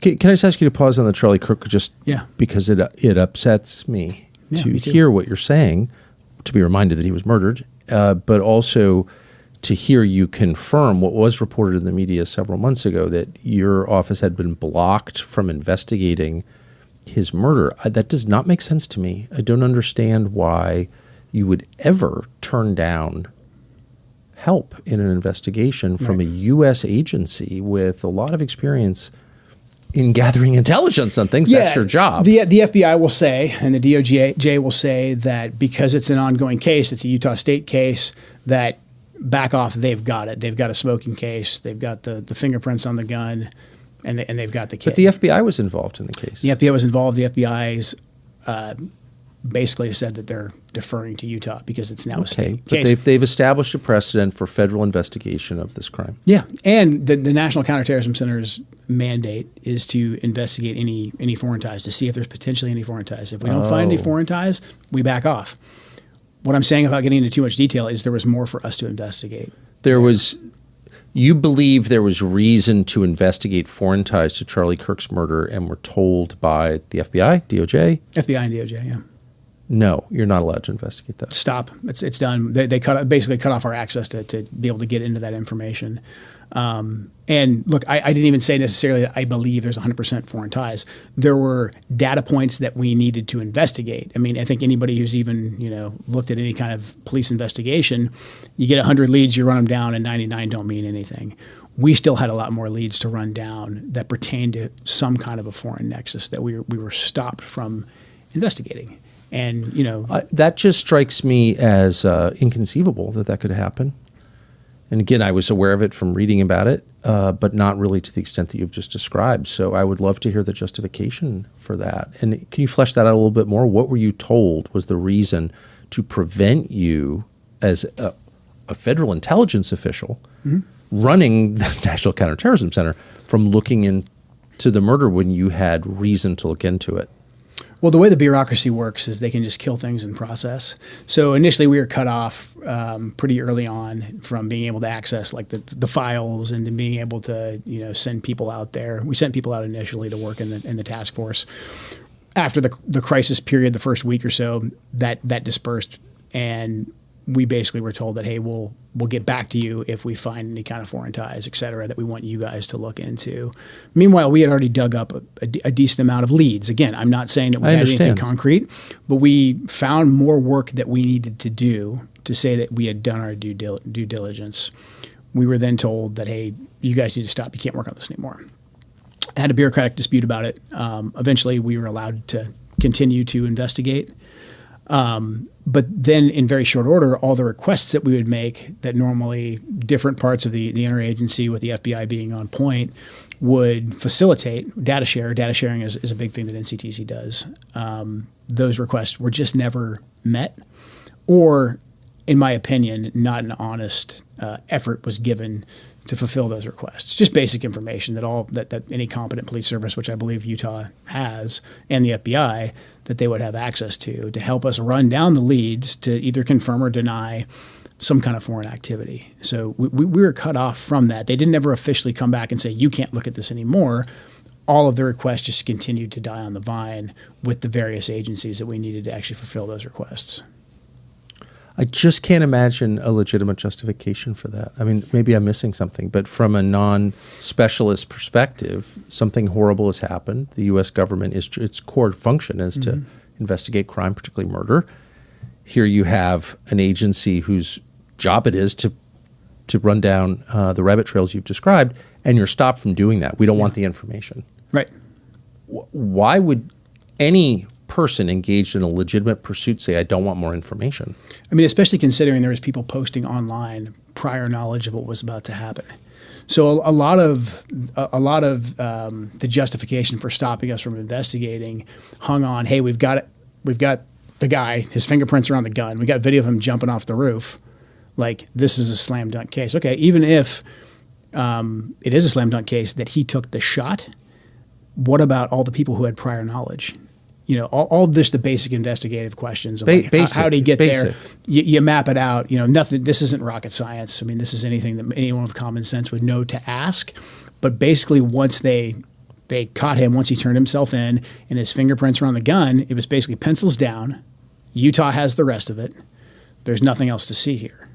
And, I'm over there thinking I'm in crazy town saying like, no, we have all these different leads that we need to run down just from my perspective. Now, the people who had prior knowledge, I believe most of them were American citizens. So that would be on the FBI to go run down. But again, not without saying anything specific, there was more work for us to do on the potential of a foreign nexus. Again, not saying there is one, but we had more work to do and we were blocked from doing that. I can't, my heart is pounding listening to this. I just would want people listening to this to assess two things. One, are you over your skis? Are you making claims you can't prove? No. Two, is there any conceivable motive, dark motive, that you would have for wanting to know more about this murder, to wanting to investigate it? And I don't think any rational person could construct a bad motive for wanting to know. It's your job. Yeah. It's the government's job. And so I think the onus is on people who are preventing the collection of information to describe why they're doing that. That's the question for them. Why wouldn't you want to know? Specifically, you may not know the answer. Of the people who demonstrated prior knowledge of Charlie Kirk's murder online, and there were a number of them, are you satisfied that all of them were interviewed by the FBI in person? I have no idea. I don't know. I just think considering they knew Charlie was going to be assassinated, and there was enough of them that it wasn't just some rando who maybe he tags every TPUSA post with that. There was enough of them that there's something there. I don't know what that something is. Well, by definition. But we haven't seen any arrests. So to me, there's more work to be done. And because that could have been posted from anywhere, that would be in the purview of the FBI or NCTC, or if they're overseas.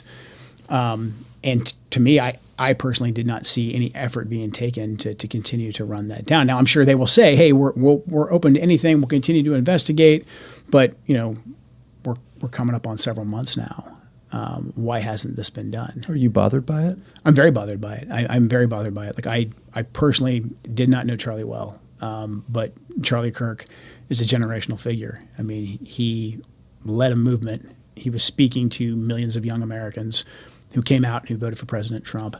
And he was just a genuine great man, husband, father. I mean, how can you not like Charlie Kirk? But also the fact that he was murdered so publicly. And yes, there's been a lot of sympathy, and his movement has grown, et cetera. But actual curiosity about getting to justice, to figuring out what happened, that makes me furious that we're being blocked from that, and that we're not allowed to ask the question anymore. We're just not allowed to talk about it anymore.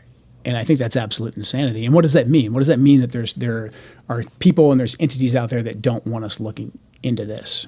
And I'm sure they're preparing the response right now, and they're saying that's because we don't want to screw up the Robinson trial. Like, okay, if the Robinson trial is so slam dunk, then don't worry about it. He's got his fingerprints on the rifle, et cetera. But there was people publicly posting they had prior knowledge of this. And I'm here telling you, as someone who's involved in the investigation, there was more stones for us to overturn. And every time we asked, we were blocked. And then they leaked to New York Times, and we had to blow up, and we had to throw them out of the room because they're crazy, et cetera. So it's incredibly frustrating that there's not more, especially considering how pivotal Charlie was to the MAGA movement and to President Trump, that there hasn't been a more concerted effort to find the truth and to find justice. Do you think there will be? I pray there is. I hope this helps. I know, you and I will probably take some flack for it. I don't know why, and I doubt I'll be. Yeah, it's at a certain point. I've really tried not to say anything about it because I don't know the answers, but I want them to be found because I believe in justice and because I love Charlie. And but I think everything you have said, may be dismissed as crazy or evil. But tell me how. Right. With reference to the words you've just spoken, I don't see how someone could level a legitimate attack on you. It won't stop them. You mentioned the breaches of the president's security that have been reported. One that was reported, and I can't say whether it's true. I'm only asking to see if you know that it is true. But it's been reported that Prime Minister Netanyahu's security detail was caught twice by Secret Service attaching some kind of device to the president's Secret Service emergency response vehicle. I don't know if that's true. Have you heard that? I've read it in the media. I don't know if that's true. Okay. I think the president and the vice president and several members of the cabinet going out to dinner in D.C. and the Code Pink protesters having a heads up about that to rent the table. And that's hard to do. They had to figure out where they'd rent the table. They had to kind of get the restaurant on board to a certain extent. To me, that's kind of a almost like counting coup. It's a soft flex. It's a I can touch you whenever I want. It was Code Pink. They weren't going to do anything. We know they're just going to be kind of crazy and annoying. However, what does that mean? That means you've got real problems with your security detail. And then, a few weeks later, you have an armed police officer who's off duty, who's not part of the president's detail, come right up and shake the president's hand. And the guy's probably patriotic American, whatever. He probably just wanted to shake the president's hand legitimately. But that got a lot of publicity. And what does that mean? And the president, again, President Trump is very smart. I think President Trump has a gift for interpreting large sets of data. Yes. And making very, very key strategic decisions. And so when the president sees that he's got issues with his own security detail, when he sees what happened in Butler with the other assassination attempts, when he sees what happened with Charlie, I think it's reasonable to believe that somewhere in his head he thinks that, like, maybe I don't have a choice. Maybe they could harm me or they could harm my family. And if they can't keep me safe, I believe the president deeply cares. I believe he's very courageous. I think if it was just a matter of he worried about his own physical safety, I don't think he cares. We saw that in Butler. But he does love his family, and he's got a big family. And so somewhere in his head, if they can't keep me safe, what about my family? So, look, maybe the president was just simply deceived by the echo chamber we described, and that's how we got to this place. But it's also, there's a potential that there's an element of coercion, intimidation, whatever words you want to use there, that is also influencing his decision-making. If you were assessing a similar situation in another country, a country not your own, and you as an expert on these questions, which obviously you are, I gave you the same data set you've just presented to me, and I said, would you say that's just crazy even to bring that up as a possibility? Not at all. I mean, when you map out those data points, I would just say this moves from being a possibility to potentially, depending on how you look at it and interpret it, this could be a likelihood. It would be something that I'm sure that we would debate rigorously, but nobody would dismiss it altogether. With all this data, it's not nothing. It's something that has to be looked into. Is it being looked into? Again, I don't think it is. I think that with Butler, your investigative journalist found more about crooks than the entire government. And the response I received from the FBI was so hostile that it confused me, and it still does confuse me. A lot. It confuses me a lot since I didn't approach the question with anything like that in mind. I mean, we put this documentary out. We got information, the information you described. We got a lot of his online activity, which we've been told didn't exist. And this was not an attack on the FBI. This was, of course, during the last administration with a different director. So this was hardly a partisan hit job. This is the president of the United States who I campaigned for and voted for and have liked for many years. So, it's not an attack. Mm-hmm. And the response that I got was hysterical. Yep. That's not an overstatement. Yep. And it confuses me. Yeah. Have you had experiences like that? There was a level of, just hostility coming from really the FBI. And some of it I think is just like rivalry. Like, why are you looking over my shoulder? I got this. I'm very familiar with that. I mean, we're the same way in the military. So I'm sure that's right. Totally I totally get that. They were treating like you were in the Air Force kind of thing? Yeah, exactly. Like, hey, what do you know? Like, we're the FBI. Like, gotcha. But, we had a role to play. And the way that we were aggressively blocked from that, I found the hostility to be above and beyond what you would think that you'd find with just typical, rivalry, bureaucratic rivalry, turf wars, those types of things. Some of that was at play, but the level of you cannot look at this. And then for them to escalate it, to attempt to get us kicked out of the case, that to me was very surprising. Same thing with Butler. When we first started asking questions about Butler, I thought, because especially that happened under the Biden administration, that, hey, we would come in and we would get the truth because, the previous administration really screwed this thing up. And there just wasn't curiosity there. there wasn't curiosity and there wasn't a tolerance whatsoever for us going after just the key questions of like, hey, did the informant that you had that was interacting with this guy, Merchant, was he in communication with anybody in Butler? I mean, basic questions to ask. Again, this is nothing that's going to blow any investigator's socks off. Just those basic questions. Like, no, the two aren't related. Like, you can't talk about it. You can't ask any of those questions. Even when we found data that needed to be looked in. Yeah, I mean, they would say at the time, like, well, the Merchant case is ongoing, et cetera. Like, we can't interfere if that case is over.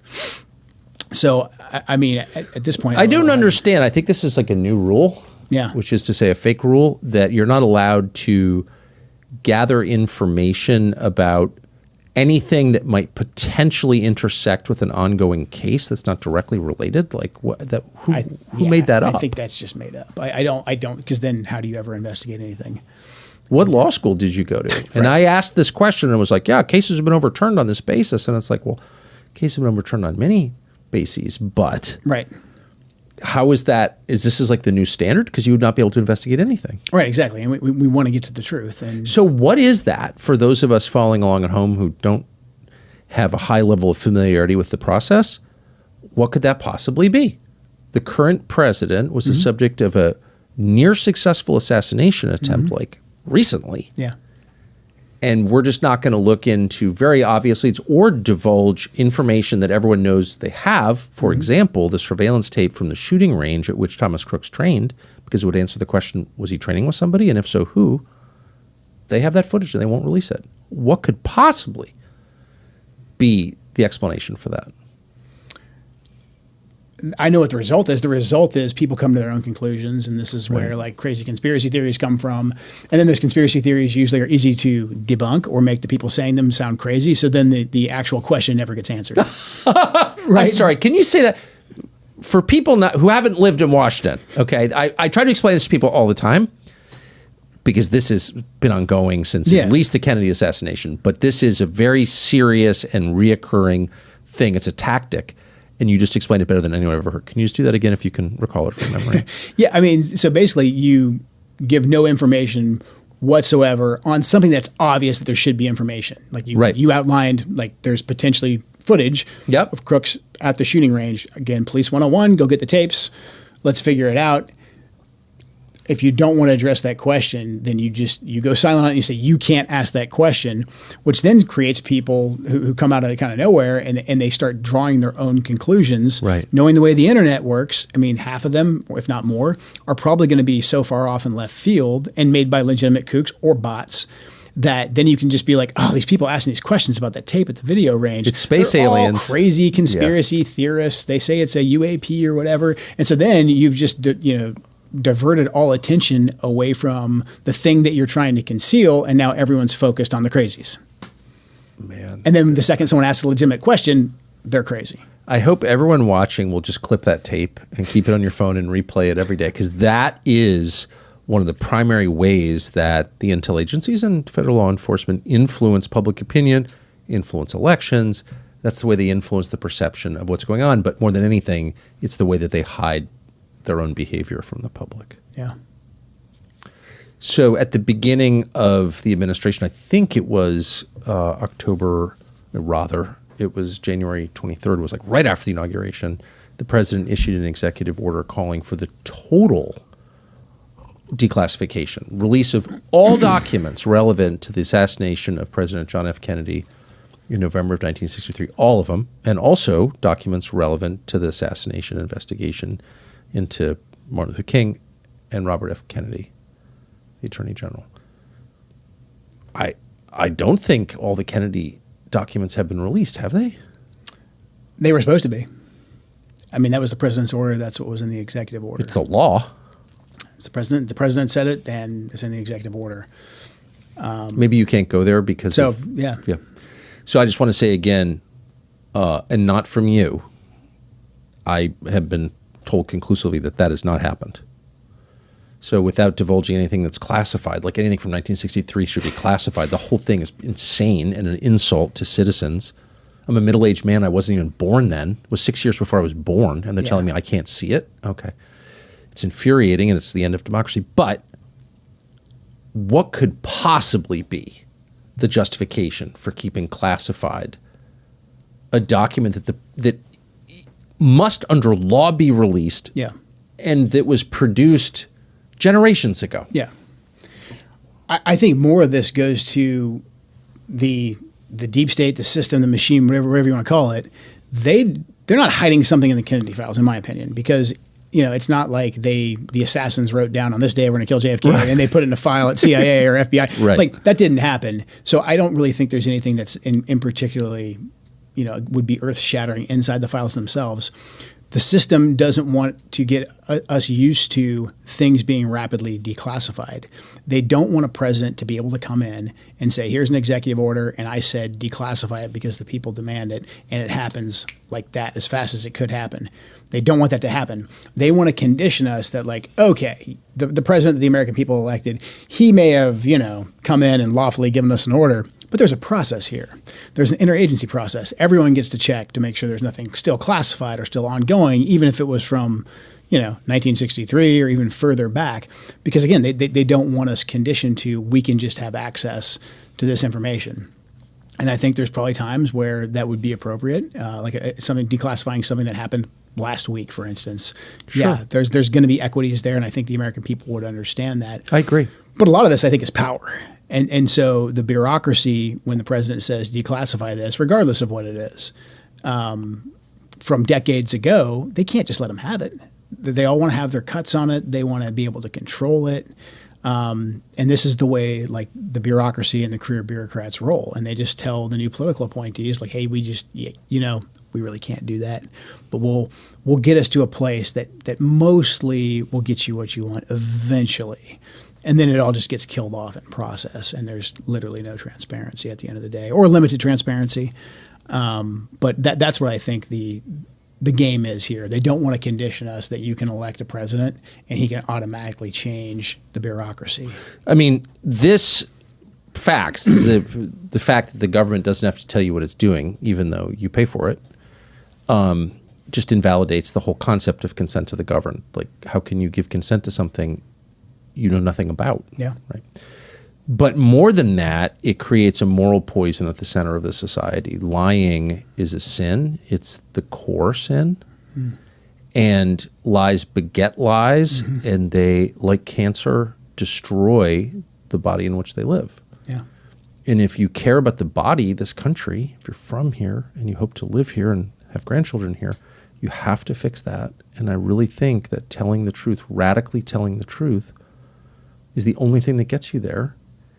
And the pain that entails, and it does entail pain, there's no doubt about it, and humiliation, is much smaller a price to pay than the price that we will pay inevitably and maybe soon if we don't do it. I don't think this is sustainable, this level of lying in any society. No, and if people don't think that their vote matters, that they can actually elect someone and change can be enacted, I think things go to a very, very dark place. Of course. And people lose faith in our system. That's right. And our system is based on that faith that, we get to have these elections. In theory, hopefully, you'd hope the elections are free and fair. We've got a lot of issues there as well. But when you finally get your person in office, that they're going to be able to control the government that the people pay for, that are supposed to be ran by the folks that they voted for, that they'll actually get their will implemented, or at least what's in the best interest for them implemented. That's right. And that's just not the case right now. No, it's not. So I want to end with a hopeful note. So we've been talking about this for 24 hours because I think that without even getting into it, anyone who's followed it carefully and is thinking clearly can see that the war with Iran is potentially like the end of a lot for the United States. Yeah. I mean, I don't think we could overstate the consequences of this. And I don't think I'm being hysterical. I've had 3 weeks to think about it. I've actually had 10 years to think about it because that's how long they've been pushing for it.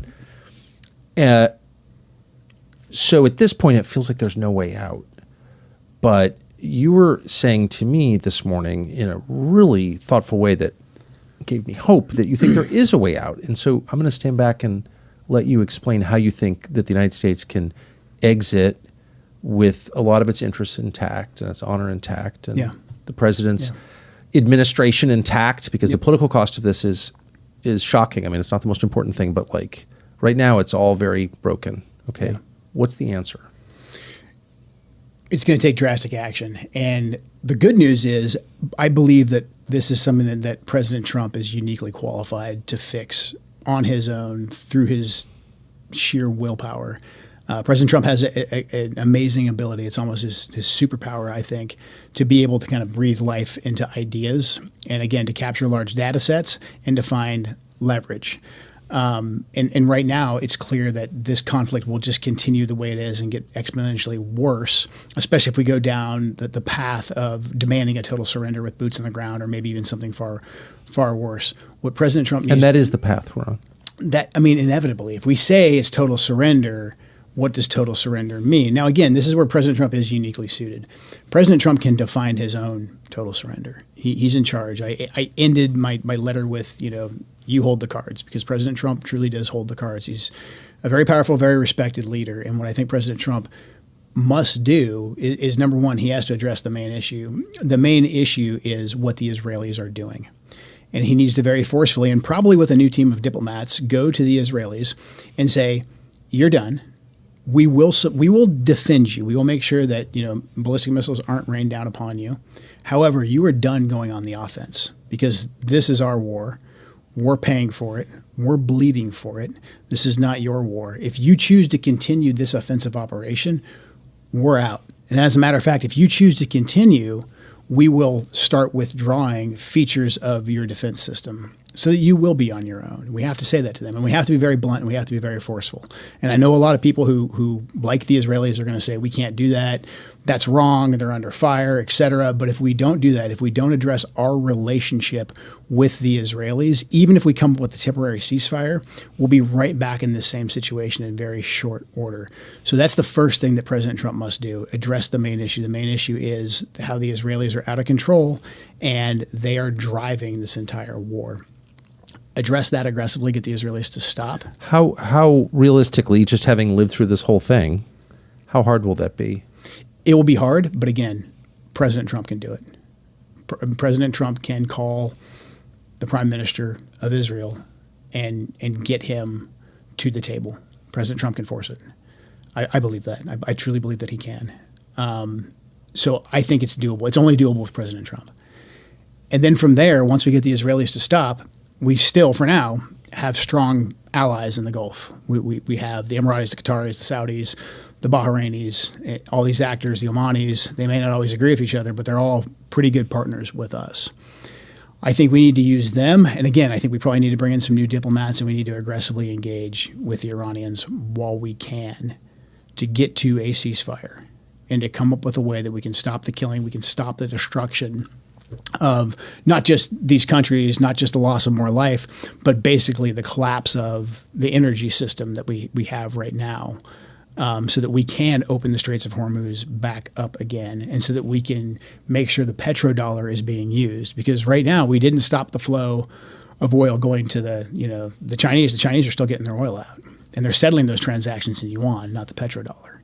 So we have to, once we get the Israelis to stop, we have to aggressively pursue our economic interests. And I think the only good thing in here is that our economic interests are in line with not just the GCC countries, but also with the Iranians. Because the Iranians want this war to stop. They want to be able to rebuild their energy sector. They want to be able to revitalize their energy sector. And on this mutual cooperation to open up the Straits of Hormuz and to build back the energy sector, I think we could come up with a peace. It's going to be tenuous. We'd have to lift some sanctions. We'd have to lift some sanctions, yeah. And why wouldn't we? We've had sanctions for decades, and according to the neocons, they had no effect on the nuclear program, which posed an imminent threat. So, what is the argument? We've had sanctions for decades, and I don't see how we benefited from that at all. We didn't. I mean, we just lifted sanctions on Syria because the regime changed there, but we lifted sanctions on a guy who used to be the former leader of Al-Qaeda. Right, so, because he's pro-Israel. So I'm pretty sure we can go ahead and lift some sanctions. It would be in our benefit to lift the sanctions. Because not only would it help us in the war, but also a condition of lifting the sanctions would be you will settle all transactions that you're going to get from your new oil industry that will be reintroduced to the world economy. You'll settle that in the dollar. And we need the dollar to survive if we want our country in its current state to survive as well. So the lifting of sanctions in this case very much works out in our national interest. That to me, and I'm sure there's lots of different variations we could have of this plan, but President Trump aggressively enacting this and addressing the Israelis first and foremost. Otherwise, any kind of negotiation we try to have with the Iranians or pretty much anybody else, if we don't address the Israeli factor, they're simply not going to take us seriously. Why would they? Precisely. Why would they? And every day that this goes on, again, the more, and I have no love for anybody in power in Iran right now, but the more the people more the leaders we kill in Iran, you're not getting a Thomas Jefferson next. It's not like if we kill, 15 or 20 of them, the 16th or the 21st guy is Thomas Jefferson or he's a moderate. Absolutely not. It's very obvious to me that some of these strikes, not all, but some, were conducted with the intent of making a negotiated settlement impossible. And that leads me to the saddest thing, a whole cluster of sad things, but the saddest thing is the bombing of the girls' school attached to the Iranian naval base. And the U.S. has admitted we did it, but I'm wondering about the targeting coordinates and where those came from. Is it possible that those came from Israel? That I don't know. Are you aware of, has it been publicly reported or in previous conflicts, can you say anything that you're not constrained by? Is it possible that could have happened? I mean, have there been strikes, American strikes on targets in the past that you're aware of that have used coordinates supplied by Israel? Yeah, we share so much intelligence with Israel. Right. So, right, of course. So it's entirely possible, but no one has said anything about it, but it's entirely possible that the coordinates were given to us by Israel. And why wouldn't they be? Because once you start doing things like that, it's intentionally or not, it's very hard to get out of it. And obviously from the way the Israelis have conducted themselves in the Gaza war and other places, they have a much different way of fighting than we do. I mean, America definitely makes mistakes, and we do everything that we can. I can tell you as a guy who fought on the ground, Americans, almost to a fault sometimes, we do everything that we can to prevent the loss of civilian life. I mean, almost to the point where sometimes we risk our own lives deliberately to not kill Americans, to not kill innocent civilians. So, again, this is where being in partnership with a, air quotes, partner that has a very different agenda than you and a stated outcome, but then also just a different standard for how they fight. It's very dangerous. It's very dangerous for us. To be in partnership with a country that has different goals and different standards of behavior on the battlefield. In different ways and means, yeah. They just have a whole different way of looking. So how would you describe the Israeli attitude toward the killing of innocents? Look, the Israelis are in a hard spot. And as somebody who fought for most of my life, I think I can get into their heads pretty easily. If I was an Israeli, I think I would have the same view. I think I would say, like, well, we're going to fight them at some point anyways. If there's civilians in that area that's militarily important to us, whatever. Like, I have a job to do. I understand that. But it's also important for us to understand our, air quotes, partners. If we're going to be in a partnership with them, we have to be clear-eyed about that. Just because they speak English and a lot of them went to school over here and we have dual citizens doesn't mean that they're going to target the same way that we do. We have to be clear-eyed about it. And that's what I think is missing. If we're going to do joint operations with the Israelis, they are going to, look, we saw what happened in Gaza. And you can say that's a horrible thing. You can say that's just the way it is. But that is the way the Israelis fight. And so we have to go into that with clear eyes and understand that's how they're going to fight. And now we're going to be viewed as being not just complicit, but we're going to be viewed as being partners in that. And again, that's a very dangerous place for us to be because at least our tactical objectives have been pretty clear that we want to take down the ballistic missiles, the nuclear program, the Navy, the Army, et cetera. And those are military targets. But we're in partnership right now with the Israelis who they're going after some military targets, but they're going after a heck of a lot more that are not military targets.